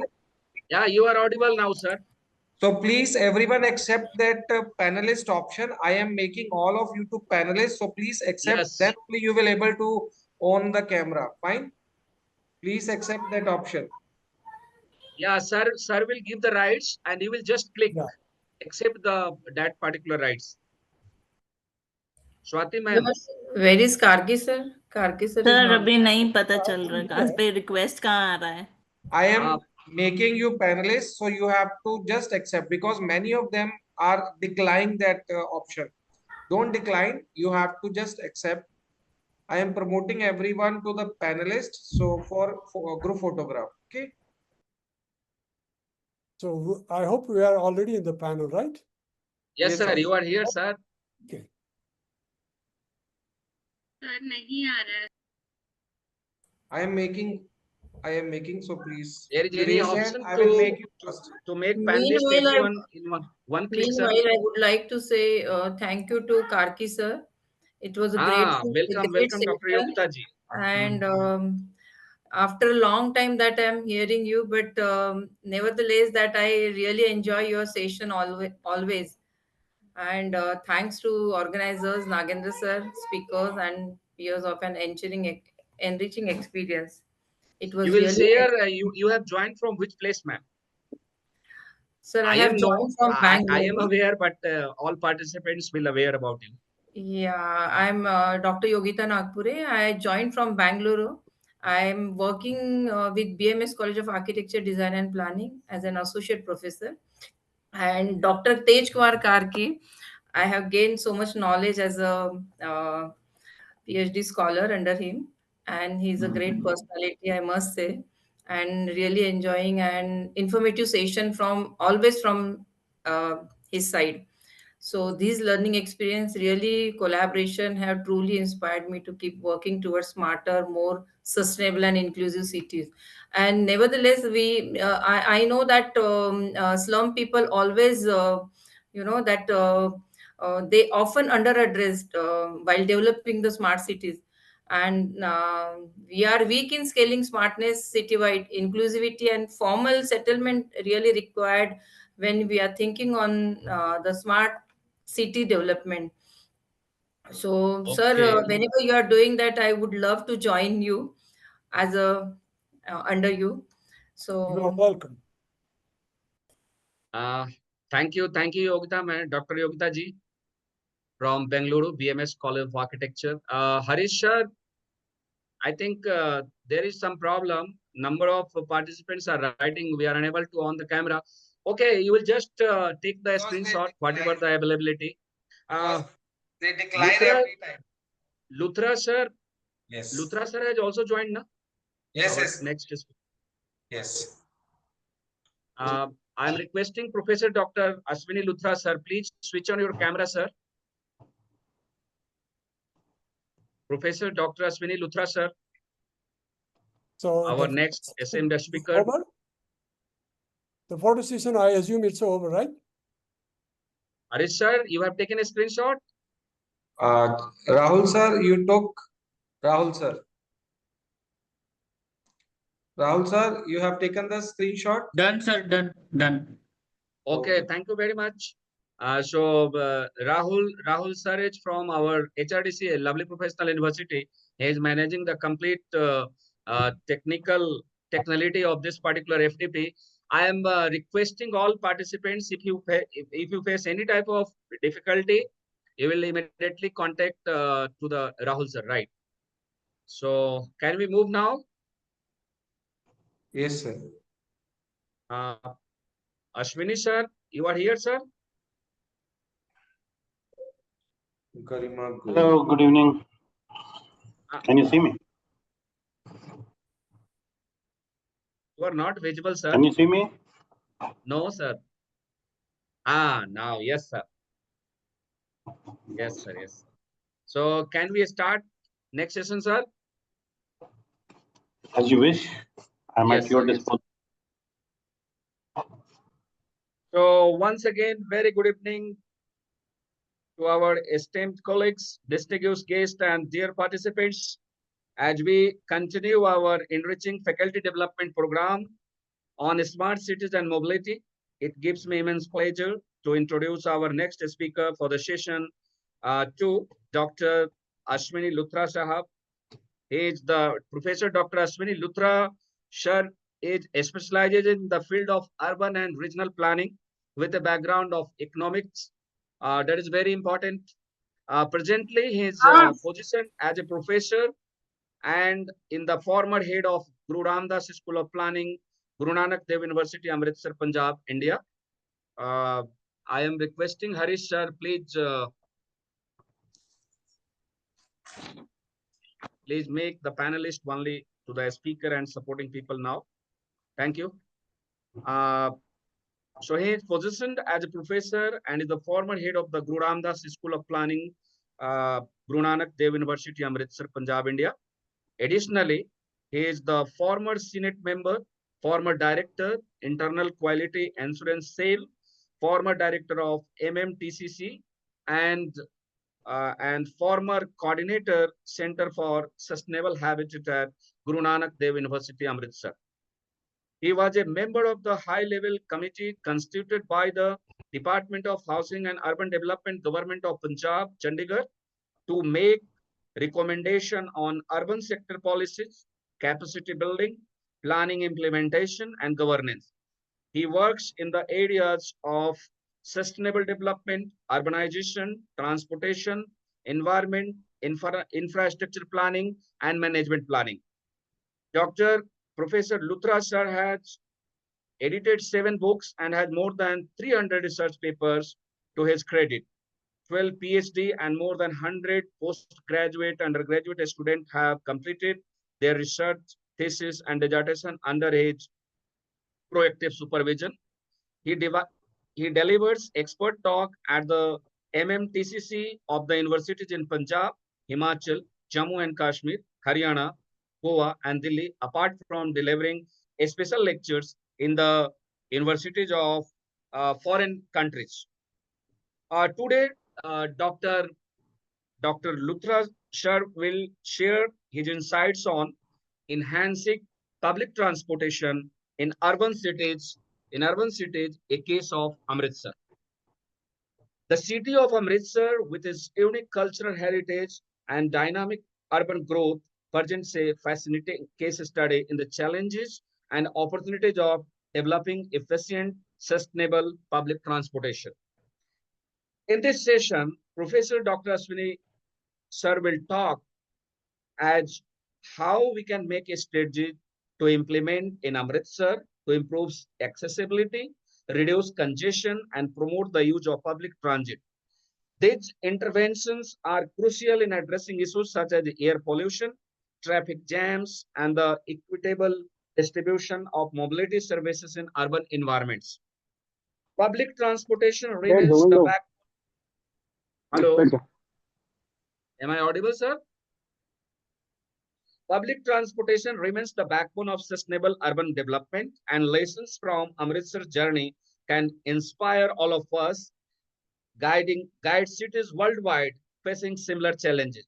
We look forward to learning about innovative policies, planning frameworks, and community engagement efforts that have played a pivotal role in enhancing the city's transport system. I request and encourage all participants to listen actively, reflect on these valuable insights, and consider how these practices might be adapted to your own urban context.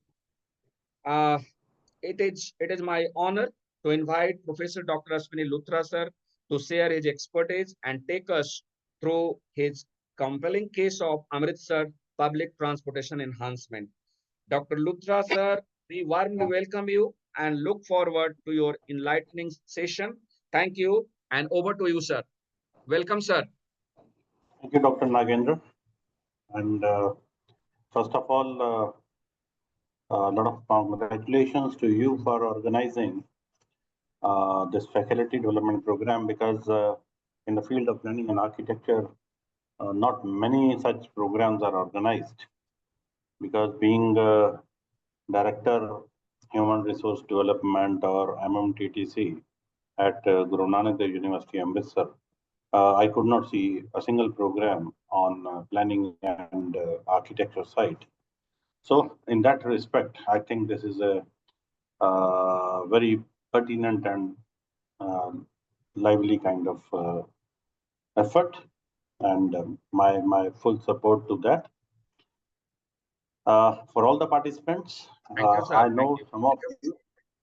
I know some of you, and at the same time, this is a diverse group I know, and in that respect, I very consciously asked Dr. Nagendra why this topic has been given to me, because we are talking about smart mobility, etc., etc. And I think he was intelligent enough to give this topic to me, as I am dealing with this transportation aspect since last 30 years or so. And experience of Amritsar, of course, being a nodal city in Punjab for different reasons, which we'll discuss. And what kind of implications those nodalities have, we'll share. And probably those experiences will lay hands on how our cities can behave when such programs are there. So my presentation would rest on what is happening to the traffic and transportation scenario in urban areas. And then for Amritsar, we did a study.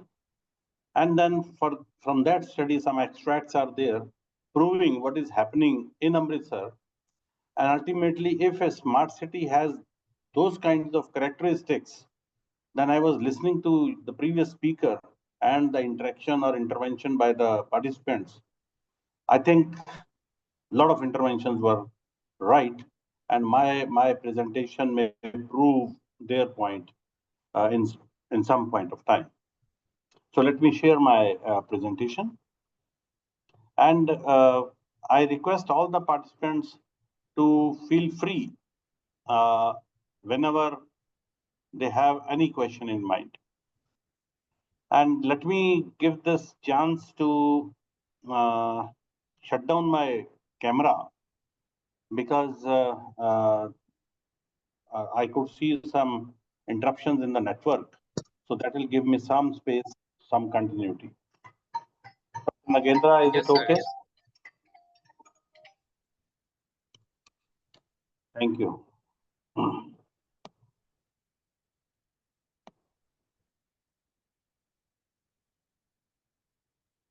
Is my screen visible? Yes, sir. Visible, sir. Just click slide mode, sir. Yeah, I'm doing. Is it okay? Yes, sir. Okay.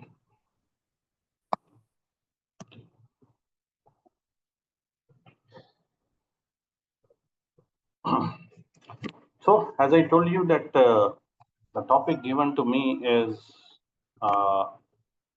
regarding enhancing public transportation in Indian cities.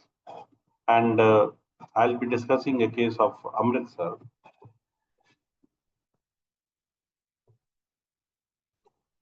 The very first question that comes in mind is, why do we need to enhance public transport system in our cities? For this, we have to go into the urbanization part. You can very well see that it is not India, but the world is urbanizing. World population is 7.3 billion currently, and it is expected that by 2030, it will be 8.5 billion. And by 2100, it will be 11.2 billion. And once we are having this world trends, then it is a case that in India, the things are happening. And if you see from or since independence, these red bars, they are basically giving you the urbanization trend. This is in absolute terms. And an estimated figure of urban population in 2021 is 498.2 lakhs. And it is where, if you see how the urbanization is occurring in India. By 2011, it was about 31%, and by 2021, it is expected to be 35.4%. And it is where it is important to understand the future trends, and you can very well see that the future is also rising and rising very fast. The blue line that gives you that by 2051, 0.82 billion population of India will be residing in urban areas. And this trend itself gives you that we are on a very rapid pace of urbanization, and it is expected that by 2051 itself, almost 50% of Indian population will be residing in urban areas. The worry is not this 50%. The worry is this imbalance. Imbalance is that almost 6% of the class 1 cities will be accommodating almost 60% of the population. So this skewness of urban population to the bigger settlements is a point of worry. If we discuss about the transportation problems and we visit the say smaller urban areas, then we don't face much of traffic problems. But as soon as we go to the bigger settlements, the problems are very much visible.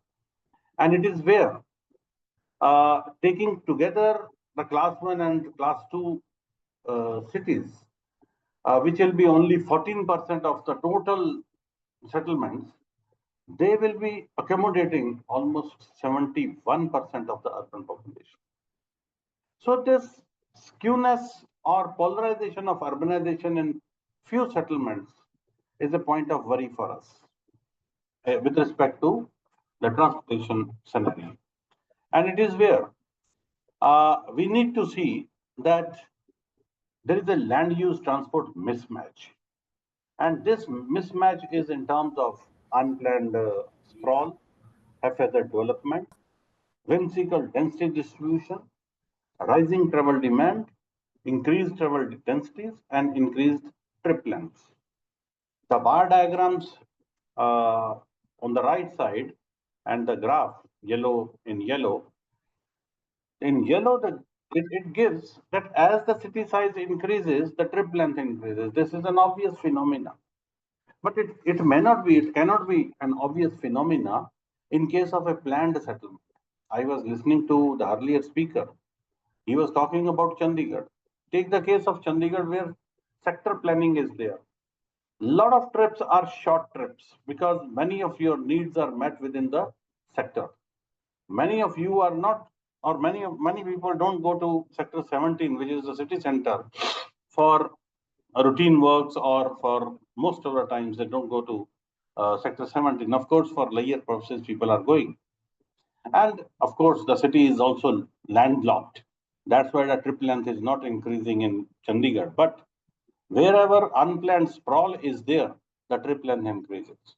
As the trip length increases, the demand for high-speed public transport corridors that emerge. Somebody was talking about Bangalore. Of course, Bangalore has spread a long way. And I still remember I was there, say, 25 years ago. And it was very easy to walk within the city.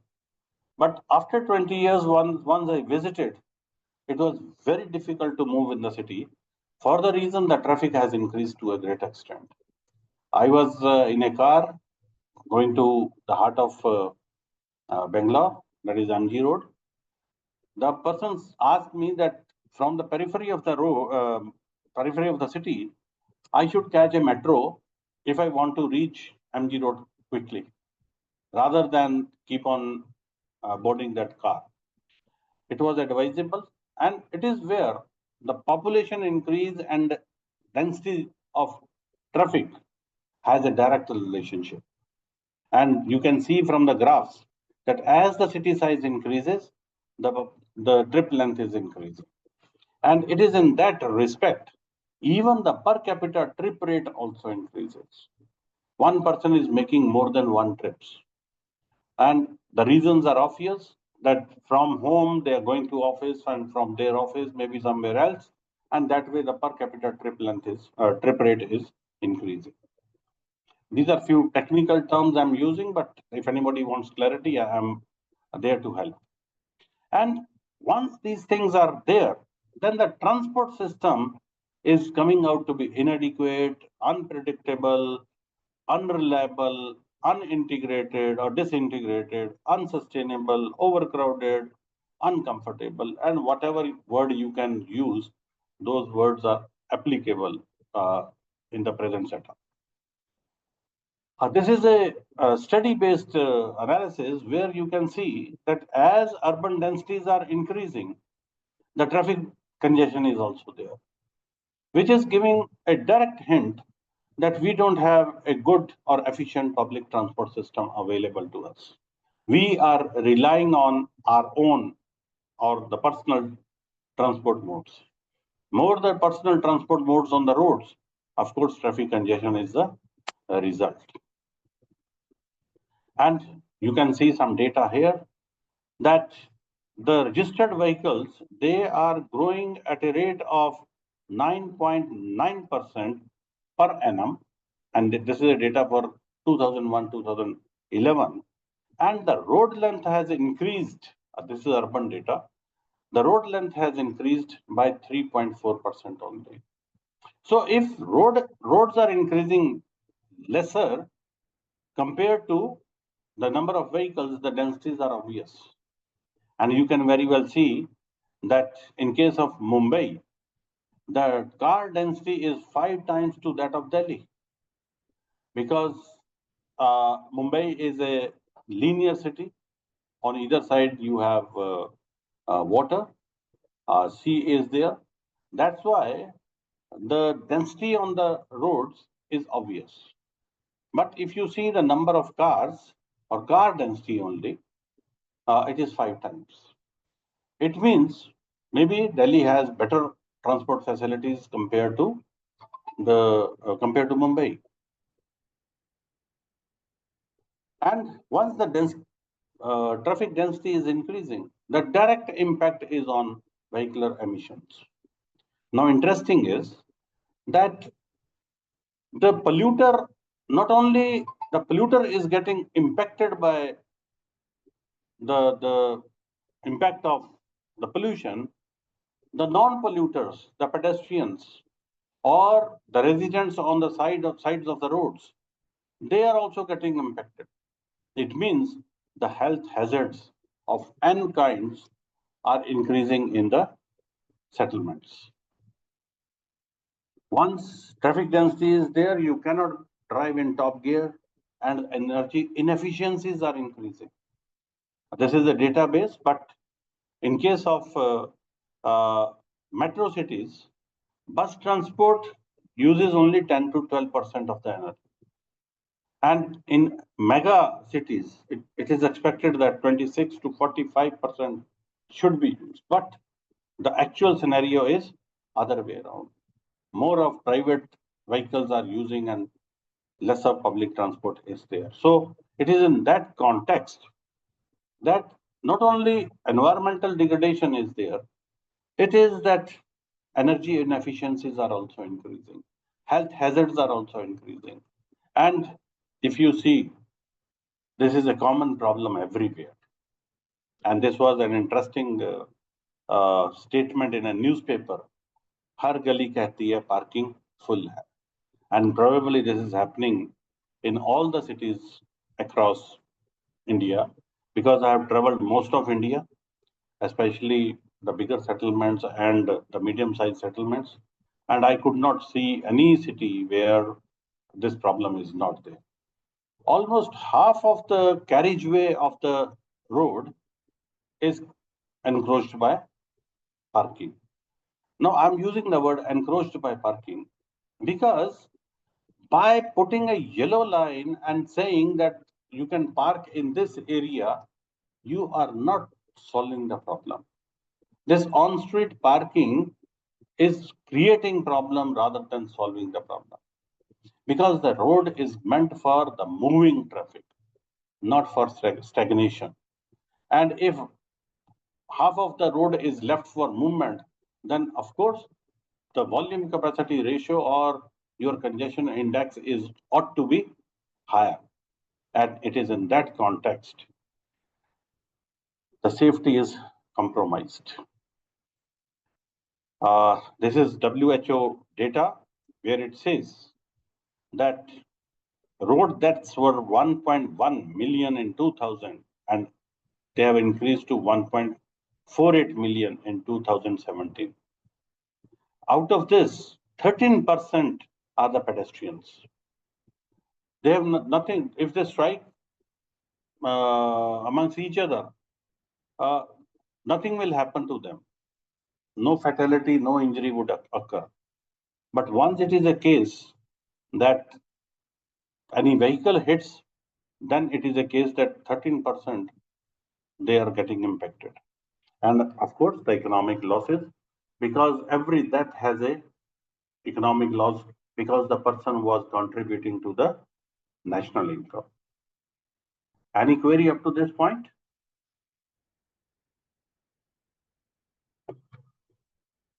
Am I audible, Dr. Nagendra? Yes, sir. You are audible, sir. Yes, Go sir, ahead, you're audible and there is no query, sir. Thank you.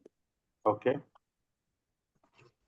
So this is all the reasons, all the data discussed till now.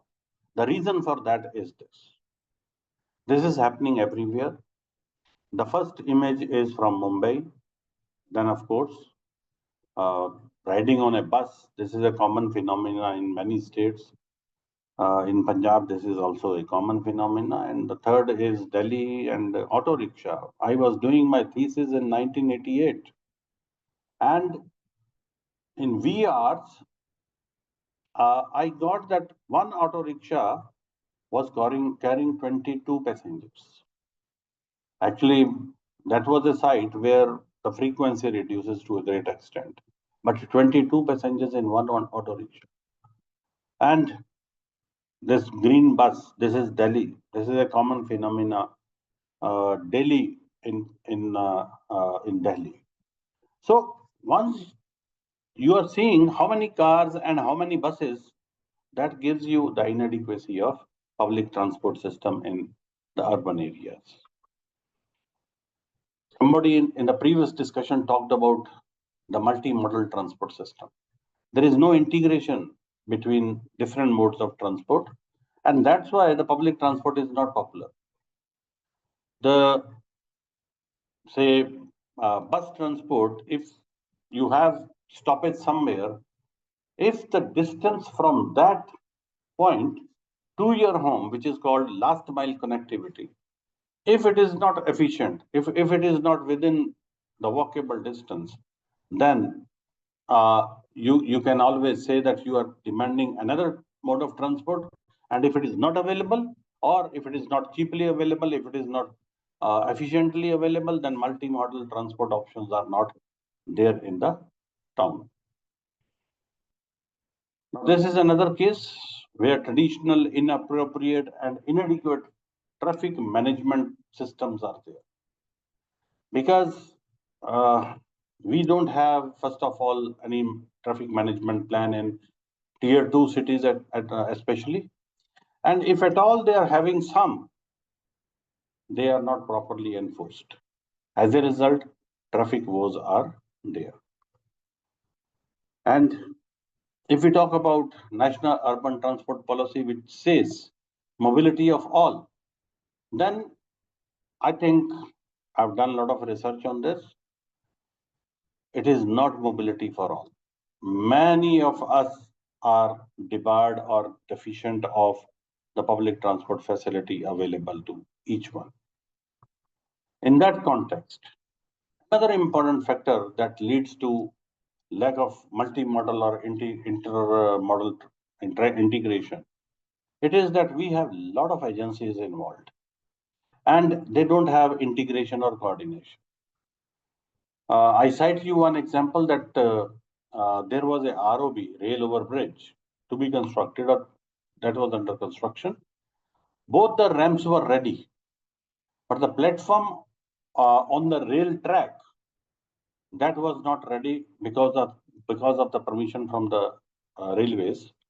And ultimately, this ROB was not of any use to anybody.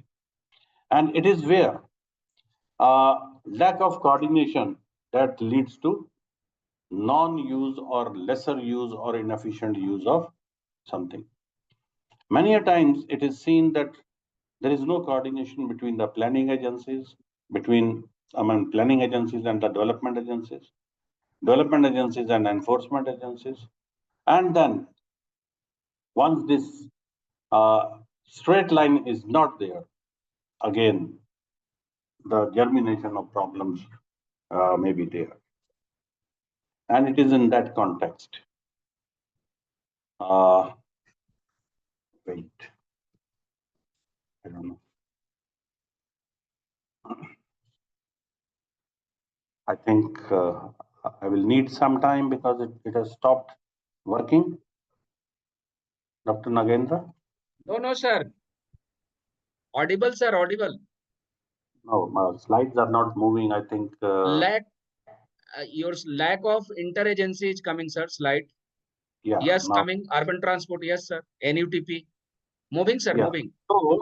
So in that regard, way back 1978, the National Transport Policy, it worked out that in urban areas there are three sets of transport systems.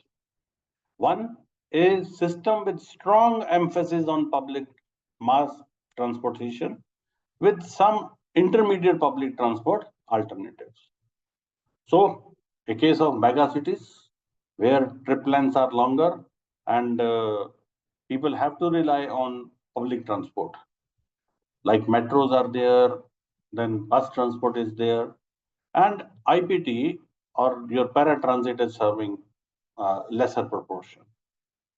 The second set is a system with strong emphasis on IPT, usually with one dominant type, like the case of Amritsar. It has IPT dominance, and auto rickshaw is the predominant mode of transport. When I did my study in 1988, almost 96% of the trips, 94% of the trips were catered by IPT and only 6% by bus transport. The situation is still the same. And the bus transport I'm talking, they are the regional buses. In between, some efforts were made to start or to operate urban transport, but it failed. The reasons were obvious, I'll share. Then the third set is a system with a composition of broad mix of public transport and IPT, 50-50 situation. It is a case where population size of the settlement is something like 20 lakh to 30 lakh in Indian setup. And largely it is seen that till today, these combinations are valid. Even the benchmarking done by various expert groups, they also stand the same understanding that these three sets, they work in the Indian systems. And it was 2006 when National Urban Transport Policy came. Of course, 2014 is also there, but that is yet to be approved by the government. And this National Urban Transport Policy, it addressed the issues of inefficiency, uneconomical public transport system, unsafe and unhealthy public transport system. Because it says that billions of man hours are lost. The cost of travel is very high, and it is high accident or high risk public transport system operating in the urban areas. And as we discussed earlier, where the traffic density has increased and ultimately the increased air pollution is also there. These are some of the challenges that were addressed by National Urban Transport Policy. And in that regard, it had objective to ensure safe, affordable, quick, comfortable, reliable, and sustainable access for growing number of city residents to jobs, education, and other needs. Very meticulously, each and every aspect is addressed in the objective. Safety is there, affordability, quick, comfortable, reliable, and sustainable.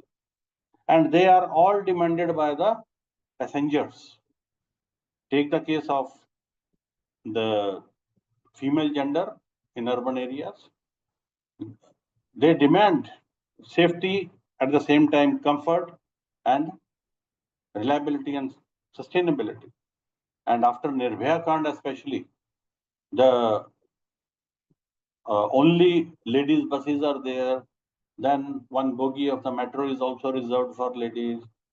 Pink operations are there. And it is for a special group. And for other groups, like physically challenged, of course, reservations are there. But till you make the public transport system barrier-free, the things will not come in operation. Still, the buses are low-floor buses in Delhi. But still, how many physically challenged are using? They are not really user-friendly. Take the case of Delhi Metro. This is a very good example of barrier-free environment, and anybody can use it, and people are using.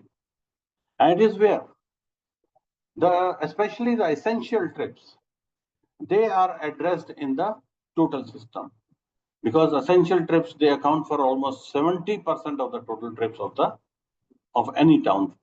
And if 70% of the trips are catered, then probably most of the travel needs or mobility needs of the residents are met with. Now, this is all about the urban environment in general. And this is a quick overview what is happening across India. And once we talk about Amritsar, the things are not very different. But before I proceed, I'll request all the participants from wherever they are, whether the traffic scenarios are same, similar, or different in your respective settlements, if you can shed some light on that. I invite all the participants for, say, 5-7 minutes. Sir, Yes, sir. Sir, I am from So, Raipur. yeah, please. Sir, I am Yes, from please. Raipur. We have a huge number of two-wheeler users over here. Public transportation is there, but is no hardly used properly. And we are more dependent upon IPT, as you said. It's a medium-sized city. And Yes, yeah, and it's organically developed. So again, we are more dependent on IPT. One thing which I am seeing over here is the use of electric vehicles in IPT. So that's a better shift, you can say, but still lots of mixed use traffic and heavy dependence on two-wheeler traffic, which is causing delays and areas where the accidents are more prone. That is what is currently happening in Raipur. Yes. Well, one thing I will contribute, I'll supplement rather. You said a lot of two-wheeler use. If you Yes. see the data of India, then you will find that 70% of the registered vehicles, they belong to two-wheeler category. Sure, And sir. they are the real agents of the problem, whether it is congestion, whether it is pollution, whether it is safety issue or whatever, because their maneuverability is a problem. They can move, they can maneuver in the streaks of the traffic also. And they are the real agents of the problems, as per the research. So 70% is a huge population. And they Yes. also do not follow traffic rules. most of the That's time. what I'm saying. They are the agents. They are the agents. Yes, please. Any other?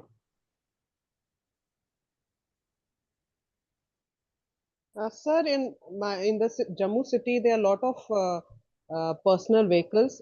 In one house, there are generally 2 to 3 vehicles, and we have a matador system, which is these are the small mini buses kind of thing, Yeah, which in the are a matador. yes, sir, They are called matadors. yes, sir. They are a big menace in the city, and I guess they operate at a higher level, so nobody is really interested in curbing their activities. So they cause most of the accidents, and yes, carry a lot of pollution. So these are the issues we are facing. That in a family, everybody has a vehicle, so. The density at some point of time they said Jammu density vehicles are like next to Tokyo. So, so these are the basic issues, Yeah. sir. Thank you, sir. I don't know why people are traveling in matador, because you cannot stand in that because the height is so low. I don't know how people manage to travel daily. Yes, Once sir. in a blue moon, it is okay. Like I have also traveled in that matador, but it is really difficult to stand. You just cannot stand. Of Right, course, absolutely. yeah. So it is uncomfortable to travel, but still people travel. If people reject this vehicle, automatically it will be off the road. But Yes, people are also accepting. and less accidents because they stop anywhere. Yes, yes, I know. And whether it is three-wheeler or matador, uh, this is a big business I share with you. Right. Because they don't belong to the individuals who are driving, who are operating. They belong to business houses. They belong Right. to politicians. Yeah, absolutely. I know quite a few, because you will be amazed. Way back in 1992, 93, I Right, sir. came across a rickshawala. He was owning 6,000 cycle rickshaws, My God. and he was renting those rickshawalas. I was a lecturer at that moment, earning something like 4,000, and Right, he sir. was an income tax payee. My God. And the rent of the rickshaw was only 10 rupees. And Right. each day he used to rent about 4,000 cycle rickshaws. And My cycle God. rickshaw does not have any maintenance, major maintenance. It's a Right, big, right, big business. It's a big, big business. right. And you are right that they don't belong to themselves, but Right. ownership is somewhere else. Else, and they are influential people, sir. Yeah. Hello, sir. Anybody else? Yes. Hello. Please. Actually, I'm from Pune in Ajinkya Patel University. Yes. Pune having the same problem, that particular traffic and the transport scenario. So most of the IT. Hello. Yes, please. I'm audible. Please Yes, go. yes. So Yes, mostly yes. IT. Yes. Mostly the IT field developed in Pune as an IT hub. So they are distributed the plan like a previously IT park in Koregaon, after that Hinjwadi, after that Magarpata and the Kharadi. It means as per the development of city, IT own they have changes their places. Even though they are planning to change the Pune and they are shifting to Hyderabad or else in Maharashtra others districts. So they switch, just showing their uninterest in the particular business and the loss of their work hours. It really lack of that things due to the transport and the heavy traffic, as I observed. Yes, you're right. I share with you that being economist, I can give you another line of thought. This is called man hours lost in travel. And if you work out that in 1 hour, a person can produce a product worth 1,000 rupees, you just multiply this with the man hours lost in travel. How much economic loss we are giving to the nation. This is one dimension only, because energy losses, your health losses, etc., they are separate. Even the compensation paid to the family of the victim, that is also separate. Only the man-hours lost. I cite you one example from Delhi where one person used to start his journey right at 5 o'clock in the morning. He used to go to the Delhi railway station, and from there, 100 kilometers, that is Panipat. He was a bank manager. And then 11 o'clock, he used to come back. Now you see how much time, 5 o'clock, 10 o'clock is the bank hours, 5 hours, 5 hours coming back. So 10 hours lost in travel. How, with which kind of energy or efficiency will he be working in the bank? So this is a big loss, and in that respect, transportation is considered as lifeline of the city, and transportation should be taken care of very intelligently in planning also. While discussing the solutions, I'll discuss with you that how planning can contribute to lessening the transportation fares, woes. And maybe small examples, they lead to aggregated results. Yeah, anybody else? No, sir. No, sir. Thank you. Hello, sir. So if, Sir, please, Jayesh. Yes. Jayesh, please go. Yeah. I come from Nagpur, Maharashtra, which is the city of Union Transport Minister, Mr. Nitin Gadkari. Yeah. So I have 2 to 3 questions related to the origin and destination of the vehicular and all the persons. In Nagpur, as we know that there is a metro system, but due to the origin and destination and problems, the student face, so they have to take out their bicycles in metros so that they can reach their origin, because of the planning, the way it is done.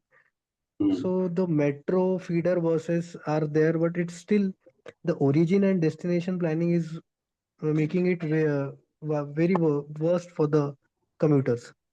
Due That's to right. which, This is called first and last mile connectivity. Yeah. This is a planning issue, no doubt. And you are from Honorable Minister's city.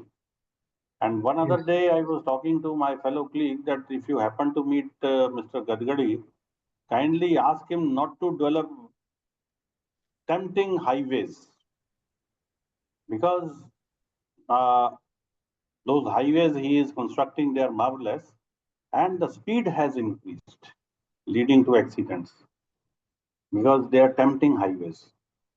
And it is where, if the urban roads are also like that, but before that, if good planning is there, we can reduce number of issues. I'll discuss with you. So taking few observations, because whatever observations you have given, Amritsar is not different. One good word used by one participant is organic growth. I take a lead from there.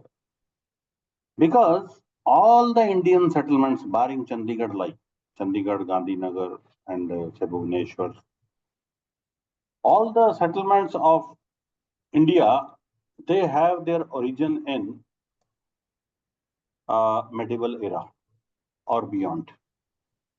And all the medieval settlements or medieval period settlements, they were developed as line of defense. Narrow winding streets, dead-end streets, and they were all to confuse the enemy. And sometimes a wall was there, which was under Renaissance period. So they were castles basically. Now walls are not there, walls have demolished, and the city further has expanded in a very organic manner. And almost the same patterns are there, because automobile was not with everybody. That's why narrow winding streets, they are governing most part of the cities. Now with more vehicles, rightly said by one participant, people are having 2 to 3 vehicles. And interestingly, even the industry is not producing smaller vehicles. Maruti 800 has gone. Fiat has gone. Now everybody likes bigger vehicles. Rest of the things are same, like technology. But the body is so made that it looks huge. Now, once the size of the vehicle has increased, widths of the roads remaining same, problems start. Many of the houses, they don't have the parking spaces. So the vehicles are on the roads. The problems start. And it is in that context, we need to look into whether the roads are planned for the vehicles or the vehicles have been manufactured as per the requirements, as per the availability of the roads. It's a mismatch, big mismatch. And in that context, let us see Amritsar. Amritsar, as in today, is 14.25 lakhs. It's a metropolis. In 2011, it was almost 10 lakh, 11 lakh basically. And if you see what Amritsar is, this is more interesting. It's a 450 years old city. So medieval character. It's a border city. It's a district headquarter also. And this area is more important, 142.37 square kilometers. If you can work out, I request participants to work out the radius of the city. 142.37 square kilometer. What is the radius of the city? Because this has a dimension to prove why traffic and transportation problems are there. Land use is mixed by character. In the previous lecture, somebody was talking about mixed land use. Mixed land use has many properties, many good properties. But if this mix is not good, then again the problems start, challenges start. Similarly, the road the road network of Amritsar is ring and radial by pattern, and this city is a center of festivals.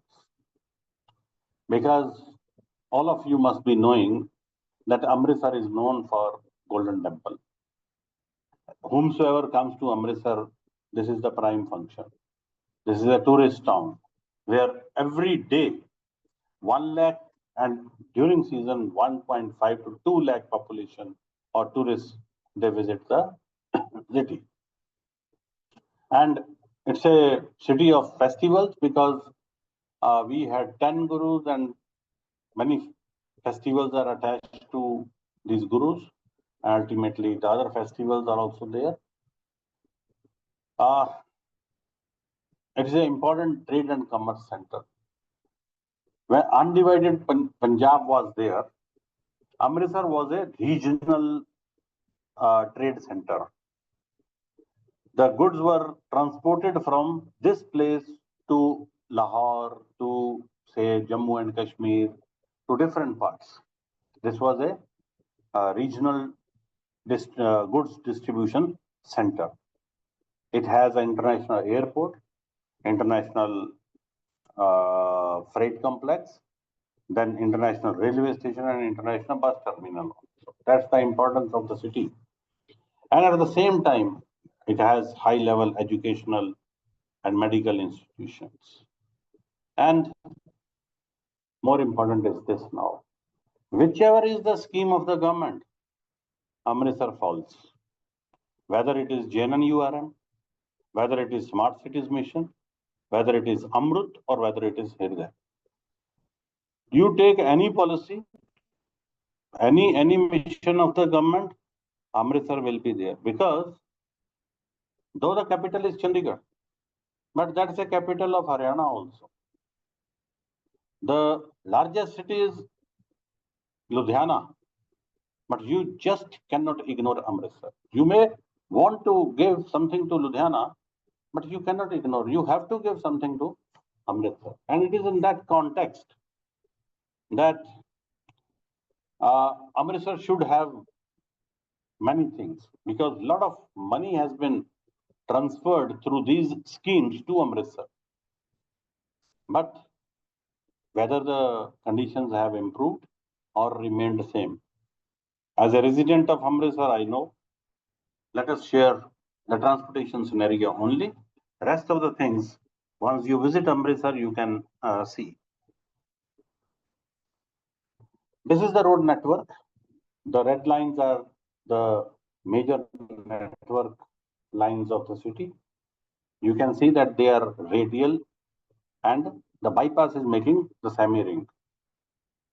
The inner portion, this one, this red one, this is the walled city of Amritsar, from where the city originated, and then the spread was there. And the gray portion in the map, if it is visible to you, you can see how the city has grown, especially towards the north and eastern side. And here you have the width, 25-meter width road, only 4-kilometer length. This is percentage actually.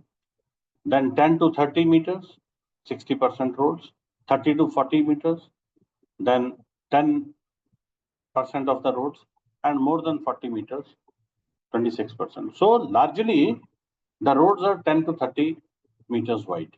This is ROW, right of way. The carriages may be smaller. And once you are having a larger proportion under smaller widths, now you talk about those densities. You can very well imagine what is going to happen with the traffic once the town is growing or the city is growing. The vehicles are growing like anything. The pattern of growth of registered vehicles is almost the same as it is in India. The annual growth is also something like 9.9%, and 79% are the two-wheelers. Now here, 79% if they are two-wheelers, then you can very well imagine that public transport is missing, because most of the trips are catered by two-wheelers. Now here, if you apply research in it, 142 square kilometer area. Can you give me the radius of it? Has somebody done the exercise? Pardon? What is the radius?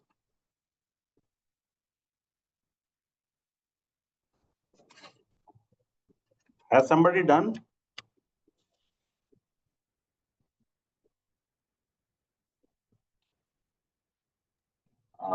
Hello, sir. Yes, please. Yeah, there are some messages already dropped by the participants. I cannot see the message because I'm Yes, on sir. full... I'm going through, sir. Can I go now? Yes, please. Yeah, Shujit ji is writing approximately 7 kilometer. Yes. Other participant, true, nowadays vehicles are bigger in size. Another participant, 6.72 kilometer. Right. Gee. These are some messages So, from 6.67 kilometers or 6.72 kilometer. Yes. 72 kilometers. That's right. Yes. That's right. Quite close. Now, once this much is the trip length, then the feasibility of a public transport system dilutes. Because principally, or as per norms, if the trip length is more than 11 kilometers, bus transport becomes feasible. The word is feasible. So the central corridor of Amritsar, which is roughly 14 kilometers, that is the only corridor where public transport can ply or bus transport can ply. Rest of the corridors do not qualify for bus transport because the trip length is lesser. My fellow colleague from Nagpur, he talked about origin and destination. Of course, he talked about first and last mile connectivity. But origin and destination is from where your trip is originating and where are you destining. And the comprehensive mobility plan of Amritsar says that every average trip length is 5.5 kilometers. And this 5.5 kilometers can be traveled on bicycle also. Two-wheelers, that's why 80% of the population is owning two-wheelers because they are cheaper and they can move in the narrow winding streets of the organic development, organically grown town. So just link it. What is the network pattern? What kind of network is there and what kind of transport will be more feasible? And the topic of our discussion is enhancing public transport. Whether can we enhance? Is there any scope for enhancement? Let us see. These are some study-based analysis where the volume capacity ratio, the thickness of the line, red line, that gives you the volume. If you are around the center, then the thickness is high, meaning thereby that the work areas, the commercial areas, the activity areas are concentrated here. That's why I asked about the radius. So once everybody from the far off area even is coming to the center of the town, then the trip length is reducing. But since they are congregating at one point, the VC ratio is increasing. And at points, VC ratio is more than 3. Whereas volume oblique capacity is the standard volume, it should go up to 1, at the most 1.2. But once it is 3, then it is a clear indication that almost saturation is there during peak hours especially. And if you see the saturation capacity at the intersections, because the impact final is, or the final impact is at the intersections, you can see the red ones, they are the points where jamming conditions exist. As the interaction point reduces, where volume capacity ratio reduces, the saturation capacity also reduces. So you can very well say that city is having stretches which are congested, and as you move away from those activity areas, the traffic conditions are relaxing, and wherever the volume capacity ratio is higher, the jamming conditions or congested conditions you will face. And the result is crawling speeds. You can very well see that the outer line is basically the design speed. Design speed is which you see in the circle. 50 is written, or 60 is written, or 40 is written, the signboard. That is the design speed, which is safe running speed. So the outer one is the standard, and the inner one gives you what is existing. And you can very well see how far from the standard the speed is going. And this speed is at different intersections of the city. So there is a clear indication that the speed is slow on account of congestion or jamming conditions. And this particular diagram or image gives you the congestion index. The density of the color gives you higher congestion, and the lower the density of the color, that gives you the lesser congestion. It is obvious where VC ratio is higher, congestion will be higher. But how much is the congestion? There is a formula and we have worked out. Now this degree of congestion includes volume as well as speed. And you can very well see that red ones are the stretches where jamming conditions during peak hours is there. And as we move farther from the central area, the traffic conditions relax. The result is wrong maneuvers, rash driving at times to cross the intersections and so on and so forth. And ultimately, how many black spots or how many accident points come. And these accident points, they make the city unsafe. Accidents are frequent. Thanks, we don't have too many fatal accidents because congestion is there. And wherever low density comes, the fatality increases. This is real-time situation, conveying what kind of scenario Amritsar has. I still remember some tourists came to Amritsar and his first impression was that once I started from my place, I thought that it's a holy place, holy city, and everything will be very nice. And once he came out of the railway station, traffic chaos was there. This particular photograph where my cursor is, can you see this orange bus? This is the entry point of the railway station. This happens every day and maybe most of the times outside the railway station. And if these red buses, etc., this is at the ISBT. And if this is the scenario, then how can you feel that reliability, efficiency, then energy efficiency, safety, etc., which are the objectives of National Urban Transport Policy will be achieved? You can see that the service lanes, they are also used for parking.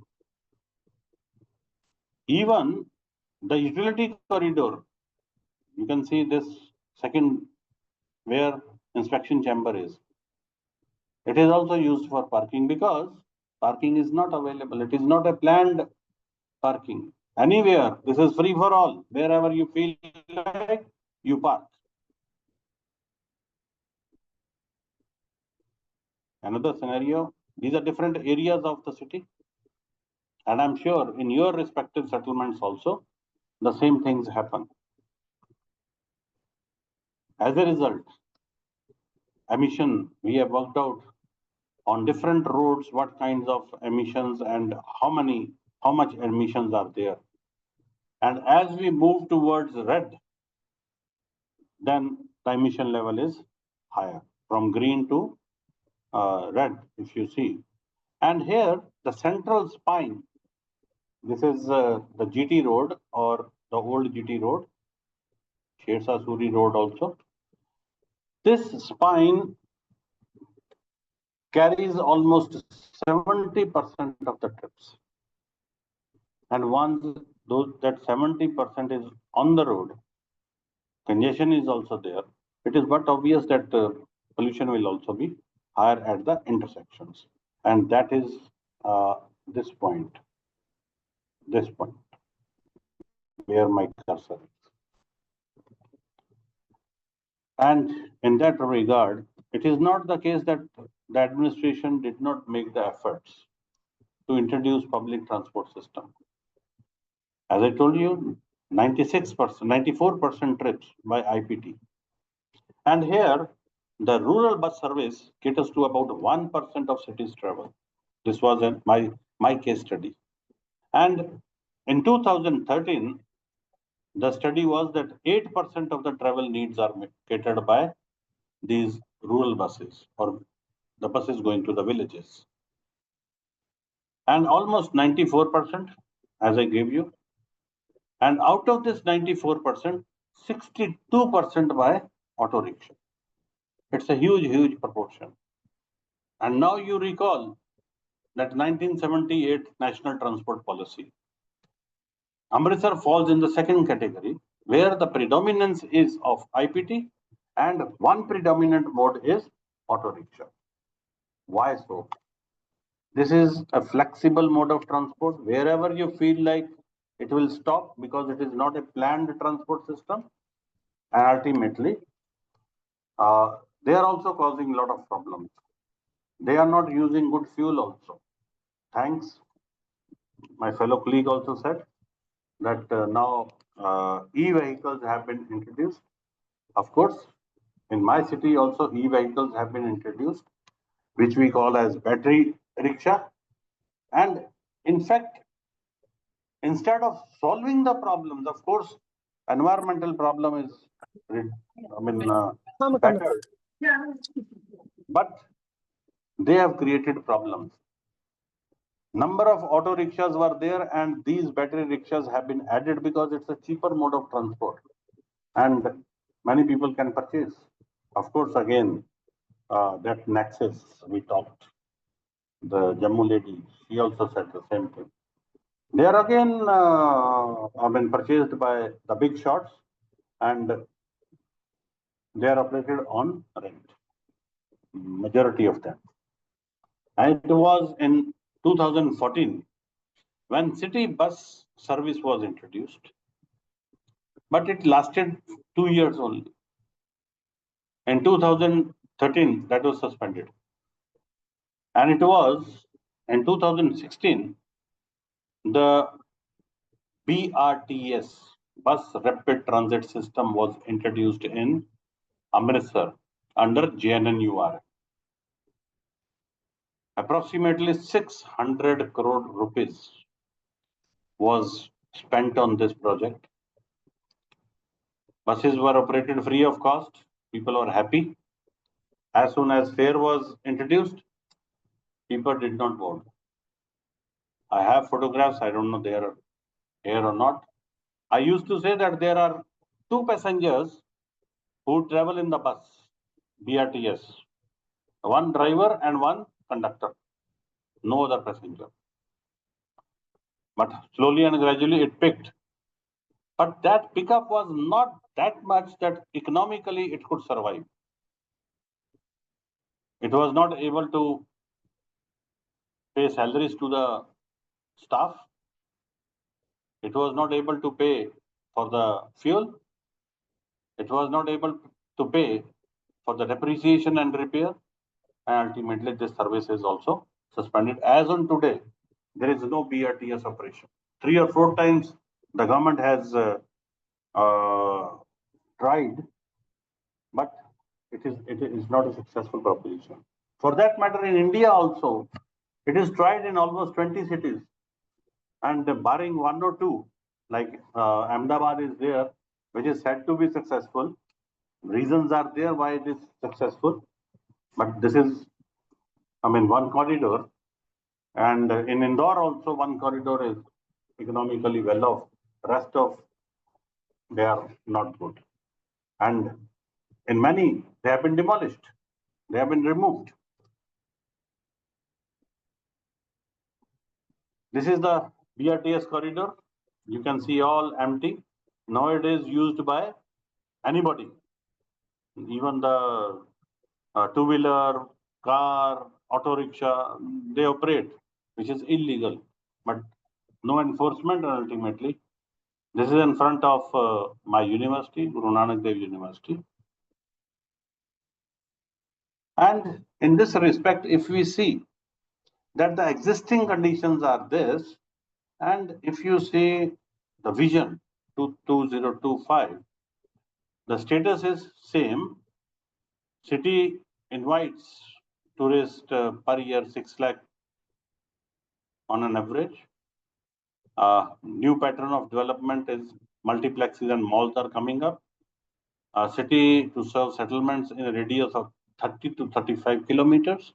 Villagers and small settlement people, they visit the city for different purposes, including the commercial requirements. City's population is estimated to be 1.7 million. Per capita trip rate is expected to be 1 to 1.2. One person will be making 1.2 trips every day. A share of car is expected to rise, but two-wheelers will dominate. And average speed is going to reduce because more traffic or more vehicles are going to enter on the roads. So more homogeneous traffic condition is expected because all automobiles will be there, less of pedestrians or cyclists. And ultimately, cycle rickshaw is indispensable in the city, especially the walled city where narrow winding streets are there. For even smaller and medium trips, auto rickshaws are catering the purpose, and from many locations, cycle rickshaws have vanished. Keeping this in mind, the CMP was prepared. And as I told you, the success is not there. And we have to sort for a different kind of solutions so that if applied for the future development, the scenario can be better. But before I go into this, if you have any query, quick one. Yes, Anybody? sir, there is one question. Can I go through? Yeah, please. Professor Dr. Tej Karke, sir, from Nepal. Why two-wheelers are so huge and proportions? And what is the solution to address the two-wheeler associated problem? One, two-wheeler is an affordable public transport option. Two, it is available on loan, bank loan, or there are financing agencies also. Three, it can go any distance. You fill it, it can travel a longer distance also. Four, the most important in cities like Amritsar, the trip length. Trip length is smaller. And two-wheeler is not giving you cost. Longer the trip length, the private vehicle will cost. And it can travel into narrow winding streets also. Multiple reasons are there for which two-wheeler is a popular mode of transport in Indian cities. And in India also 70% composition is two-wheelers. In Amritsar 79%, and you go to any city of India, you will find more two-wheelers. These are some of the reasons because of which two-wheeler is a very favorable mode of transport. Sir, one question is, sir, what is CMP? Comprehensive Mobility Plan. Comprehensive Mobility Plan. Yeah, Right. this is basically public transport system planning.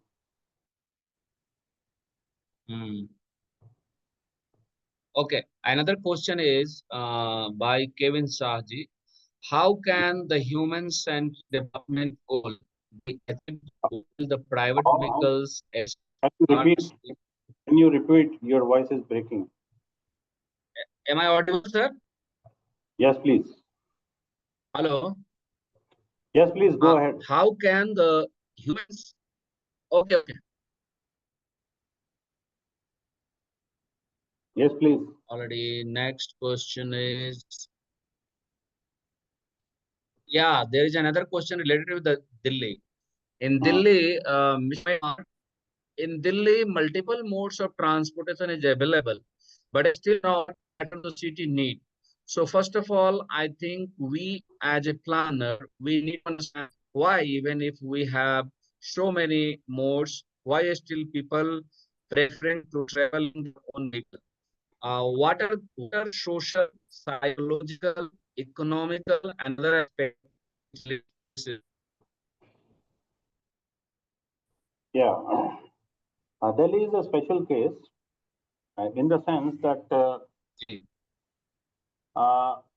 if you study the trip pattern, it is not that you are going from your place to your office only.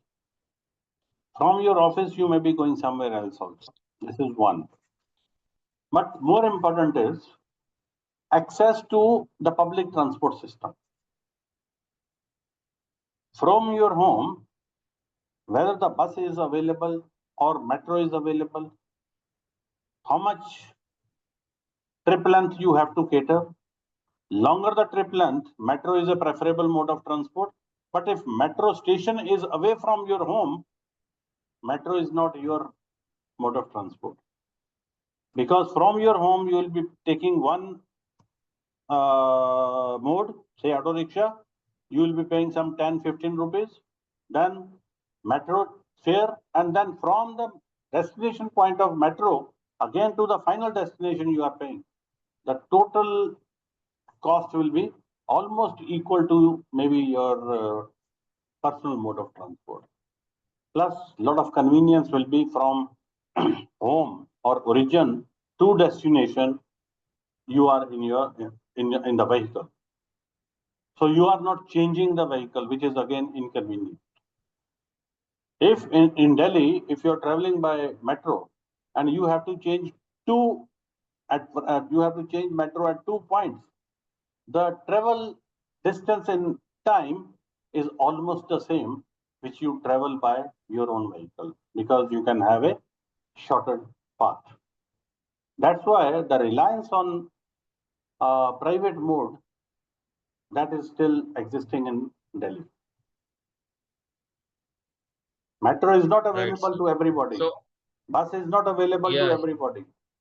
That's why they are still onto there. But still, metro has reduced the total number of trips to a great extent. But population of Delhi is increasing.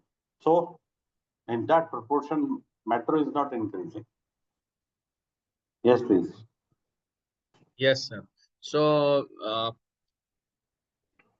more write-ups dropped by the participants. Shapna Diman is writing, but this is not question. Just just sharing the problem of the local city. Sir, in Jirakpur, which is next to Chandigarh, there is less services of government transport for local movement. So all the city is dependent on taxi and auto rickshaws, and everyone has to use their own vehicle for movement because we don't have any option to move locally. So these are some thoughts given by the participant. One more question we have. Is there any option available to avoid two-wheeler? One option I always give, that is perception. Only you can shun your private mode. Till you have this, that I will be traveling in public transport, I will not. Just on Diwali, it happens that we will not blow crackers. We pledge. Once you pledge that you will not be using your own mode and you will be looking for public transport, that's the only option in India. Right, Otherwise, sir. everybody is rich enough to own. If you can own a vehicle, then you will operate also. Because if you don't operate, what use for it is, and at the same time, it will require some maintenance, etc. And it is better to use that.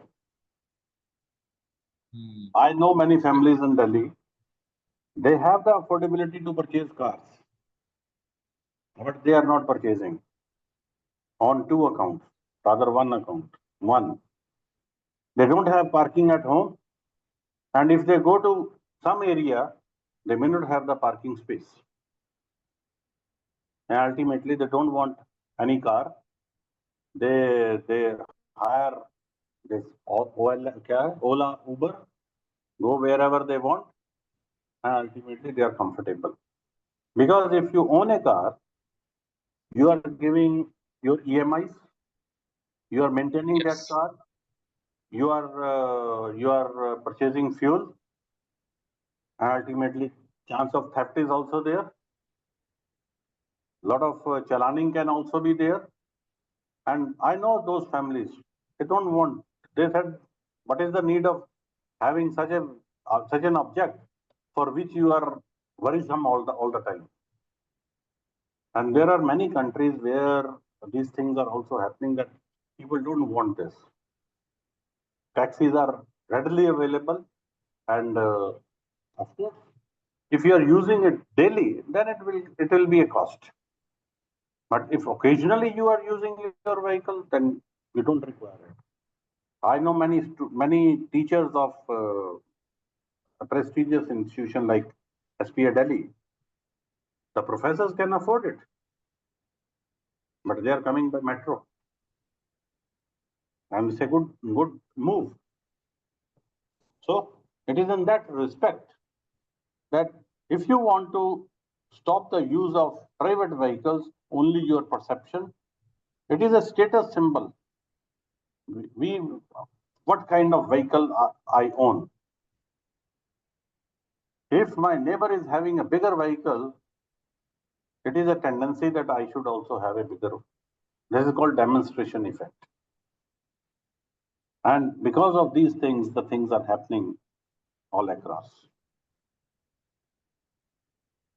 So, absolutely right, sir. So let us proceed first if you don't have any question. No, just some people have, some participant have just shared the problem of the city, like other So participants, sir. I also request you the same thing which earlier speaker said. It will be good that you compile all these comments and put in as their experiencing, sharing the experience, then suggestions or questions, and then maybe the responses also, because you are recording. It will be a very good document, and that's why I congratulated you on account that this kind of FDP has never been conducted, and this will be a very good effort. Okay. Thank you very much, sir. Let us talk about the solutions. I always say that transportation is, if you have, I know there are people from across India and maybe international also. Transportation solution is something like Hakimi. If you go to some Ayurveda, you may be having headache, and that person may be pressing your finger of the foot, giving pressure. So sometimes it so happens that problem is somewhere, but treatment is somewhere else. And it is in that context that we have to look the transportation scenario, we have to study, and then while giving the solutions, we should have a comprehensive view. We should comprehend. Ultimately, the solutions may be like this. Land use transport integration. This is the most important. If you don't have this integration, then whatever solution you give will fail.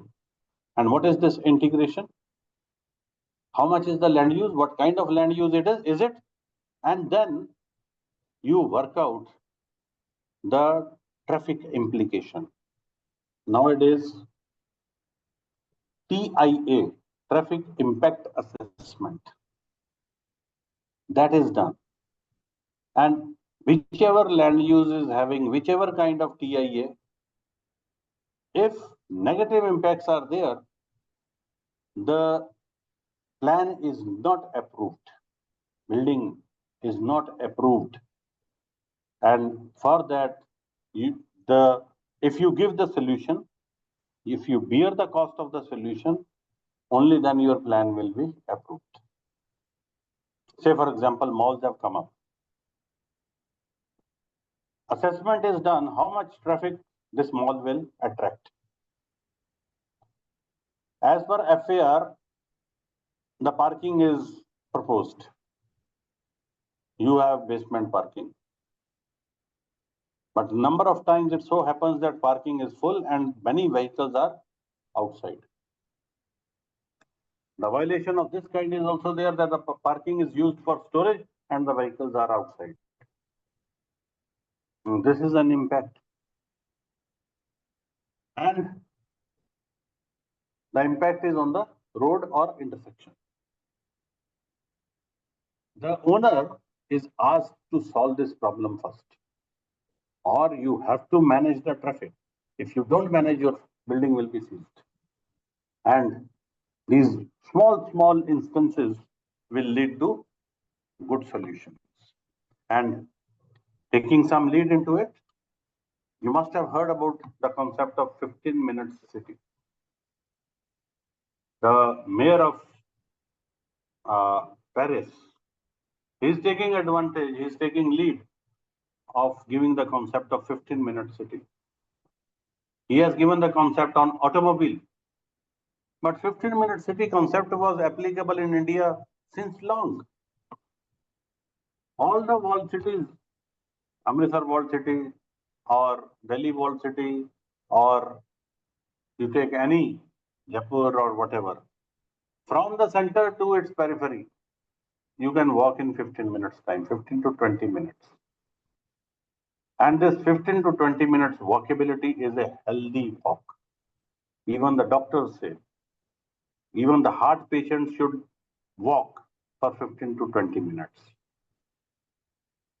And once, within 15 to 20 minutes, whichever activities you require, if they are available, then walkable communities are there. If walkable communities are there, will there be any requirement of public transport or private transport for that matter? In the earlier presentation, sector was there, having dimension of 1200 by 800. It's a walkable area because under the guidelines of smart cities, 500 meters from the terminal point is considered as a walkable distance. And you work out the half of 600, 1200 and half of 400, or the diagonal also if you work out, which is your sector market, you will find that not more than 600 meters you are traveling diagonally also. It's a walkable area. But why this has not remained walkable? We are habitual of automobiles.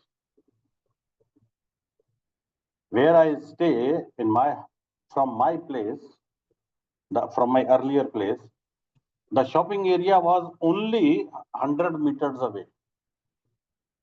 And once I used to ask my kids that you go to that shop to purchase a bread, what they used to do? Push the button of Activa and go to the shop. And I always used to utter, yeah, can't you travel this 100 meters? Slowly and gradually I could succeed. They were walking. And we had time in our young ages when we used to travel 2 to 3 kilometers going to our schools. And if you see the stories of successful people, they used to say we used to travel 20 kilometers, 20 miles, and so on and so forth. I don't say, since you are having resources, you can travel those distances. But 500 meters, it's a healthy walk also. So, if you see the image, the center is your activity area, and all around you are having residential, high density residential areas. You can walk through, and this 400 to 800 meters, that may be your workable community. I'm not using the word neighborhood. Community is bigger than your neighborhood.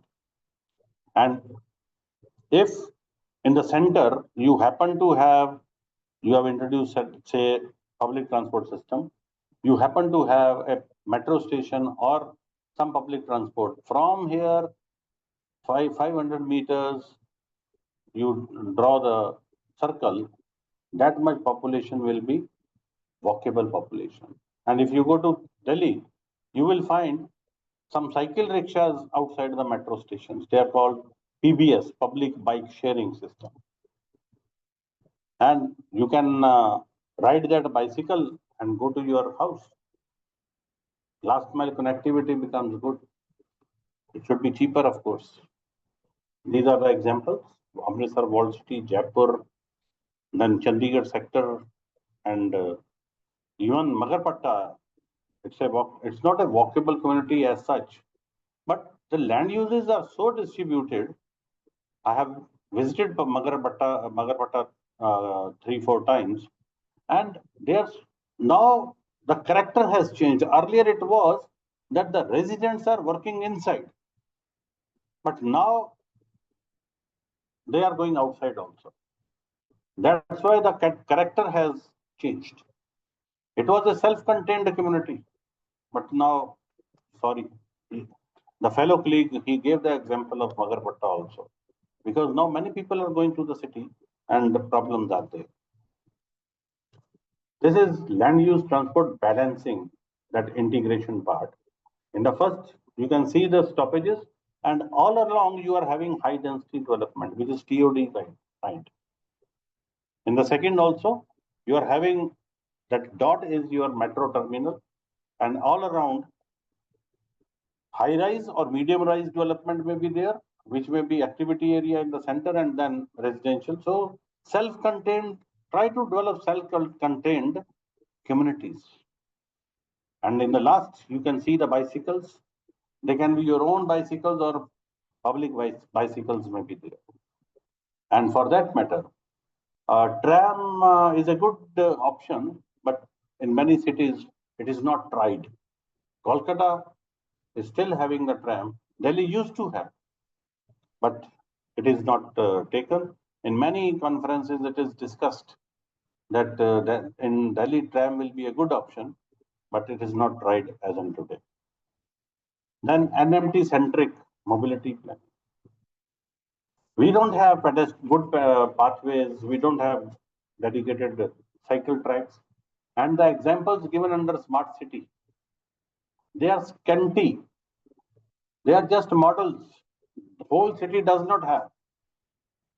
Chandigarh also, in some portions, cycle tracks are there, not the whole city. And it is where, if we happen to develop these kinds of environments, then people, and you have to develop environments where they are public favorable. Let us say you have developed the footpaths, but you have not provided the shade. We have scorching suns. And ultimately, who will be the user of that? For Europe, this is a good thing, because they don't see sun most of the time and they welcome sun. But down here, barren pathways and cycleways, they will not suffice the purpose. So promote micro-mobility. Now this is a case of transit-oriented development. If you want to popularize public transport system, maybe you have to come to these things, where it is that in the center you are having the terminal, and all around you are having high density, high rise development.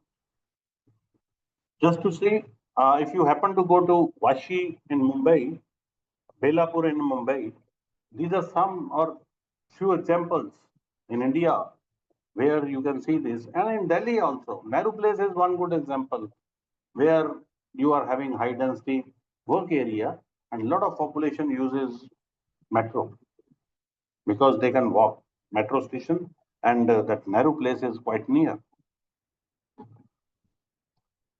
Then green public transport options have to be there. Flexi hours, this is another good option, where it is that why everybody has to go to the office 9 o'clock.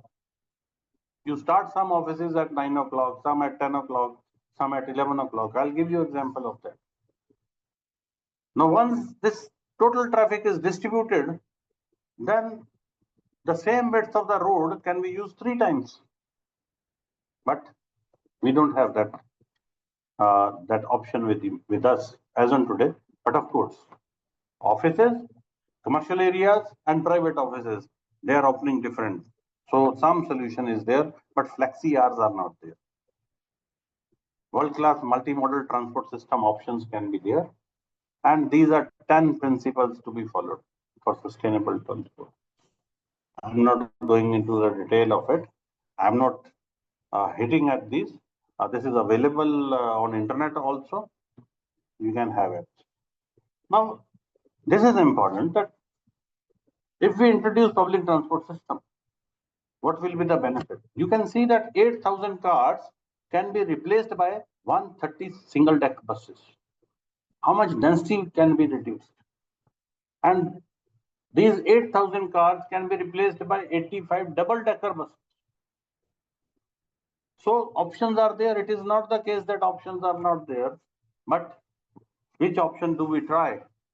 That's the issue. That's the concern. These are some of the options. And this particular model in the last, I see this a very good model where you are having metro on the top.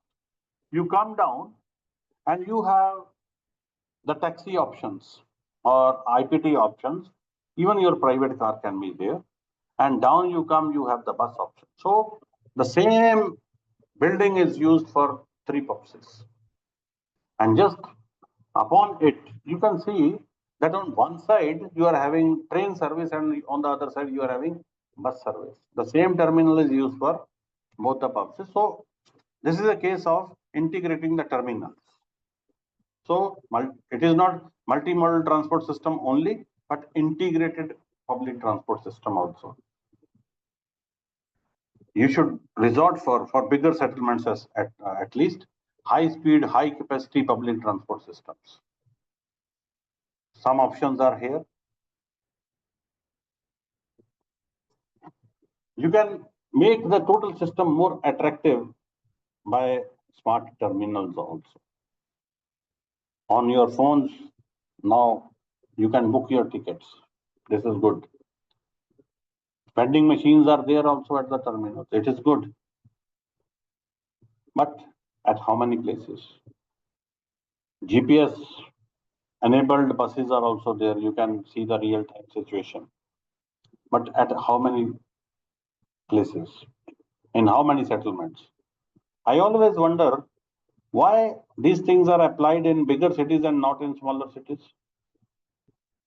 If you don't teach your child in the childhood, then you cannot teach your child in the youthhood.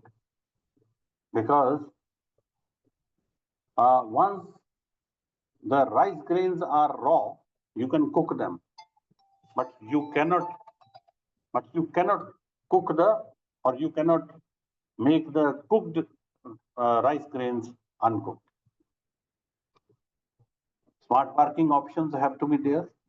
I have got a phone call from Dr. Nagendra, so I'm rushing, just giving you examples that these options have to be there so that the traffic woes can be reduced or eliminated. Implement parking charges. If we can purchase a car worth 10 lakh, why can't we pay 10 rupees as parking charge? It should be. Green fuel technologies we have to introduce so that environment can be better. Make provisions for non-motorized modes, pedestrians, cyclists, even cycle rickshaw and other private, other IPT modes we have. And in that, innovative traffic management like carpooling, that can be one option. And ITS application, intelligent transport system options, they have to be applied, where sitting at one point you can control the whole show and enforcement of your rules and regulations is there. I stop here because partially I have discussed. This is that flexi hours.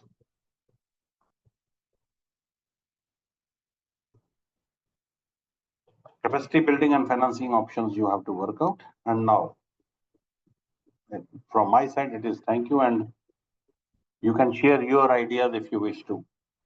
You can raise questions also. I am available for answering. Yeah, thank you very much, sir. Basically, your presentation is very, whatever the actual problem that is our city is facing, and in during your presentation, you have already stated that uh, our role is to ensure safe, affordable, quick, comfortable, reliable, and sustainable access for uh, growing number of city and exclusively for livelihood of the residents, education, and other basic needs required.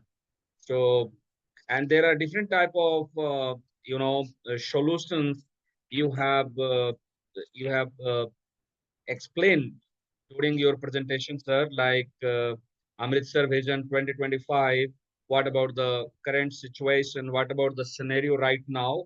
Okay, and different type of mobility like TOD, uh, promoting green public transport, 10 principle of sustainable urban transport, and multi-modal transport system, high speed, and different type of things. So your presentation will be very instrumental for all of us and all professionals. So if there is any question, please drop in the chat box. I think participant have, asked a lot of questions. One participant is writing here, sir, in Varanasi, elevated tubes are being constructed on very large scale. Will it help in mobilizing traffic?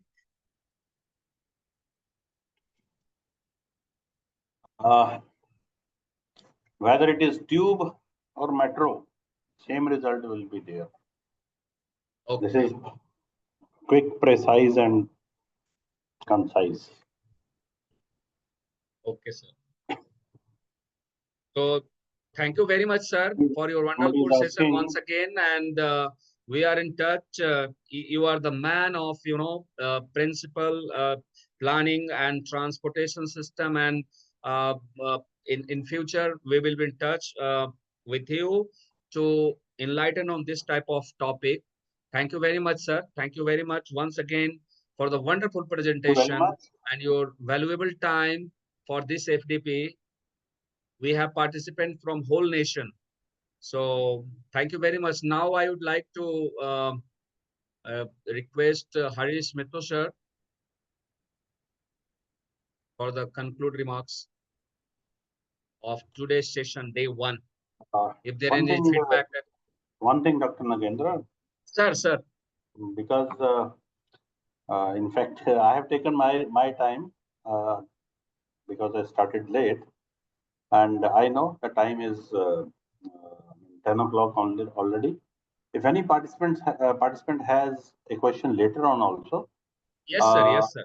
When participant can drop a mail, I'll be available to respond. Thank you very much. Sure, sir. Sure, sir. Sure. So I take leave, sir. Thank you so much. Yes, sir. Thank you, sir. Thank you very much, sir. Wait, sir. Just wait Thank for you so much, sir. photograph. Harish, sir.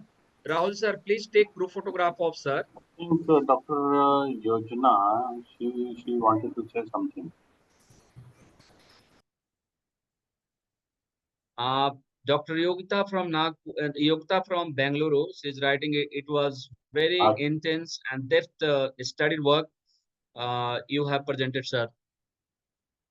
Thank you, Dr. Yogita.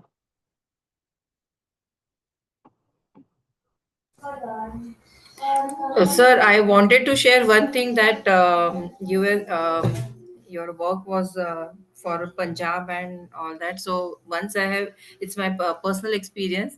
Once I visited Amritsar, so that time there is also it's a growing concern regarding safety, street safety as well, which I have faced personally, particularly incidents of theft and snatching, sir. I personally experienced that incident. While traveling in an auto rickshaw, two individuals on a two-wheeler attempted to snatch my phone from it. So yeah, that was a safety threat also. It's there that we have to look into. You're right. You're right, Dr. Yogita. And We have done few case studies on that also. But already this lecture was lengthy, and if I incorporate a few more issues and challenges, because once you are a pedestrian, again issues and challenges are there, and that too, if we include the gender part. So gender sensitive streets we have done, and that was a fantastic case study, and my PG scholar won the prize for that also. So it is that there are many issues, and this snatching, etc., has become common at many places. You take the case of Delhi and further, wherever tourist places are there, this is a common phenomena these days. But of course, a relevant concern. So safety, and this is a concern of security. This must be studied up. Yes. Correct, sir. Yeah, thank you. So, Rahul sir, you have taken the screenshot? Yes. So, Harish ji, over to you now. Okay. You are not audible, sir. Okay, so I'm requesting all participants. I think there is feedback, and the attendance link is given by Rahul sir. All fellow participants are requested to fill the feedback form that is mandatory as per the AICTE-ATAL a training program norms. So we Sir, requesting is on there behalf a of the team, separate please. attendance link or feedback form will be served No, serving that as attendance? same. Okay. Oh, same link, ji. Okay. So, by this wonderful presentation by Professor Dr. Ashwini Luthra Sahab, very renowned professor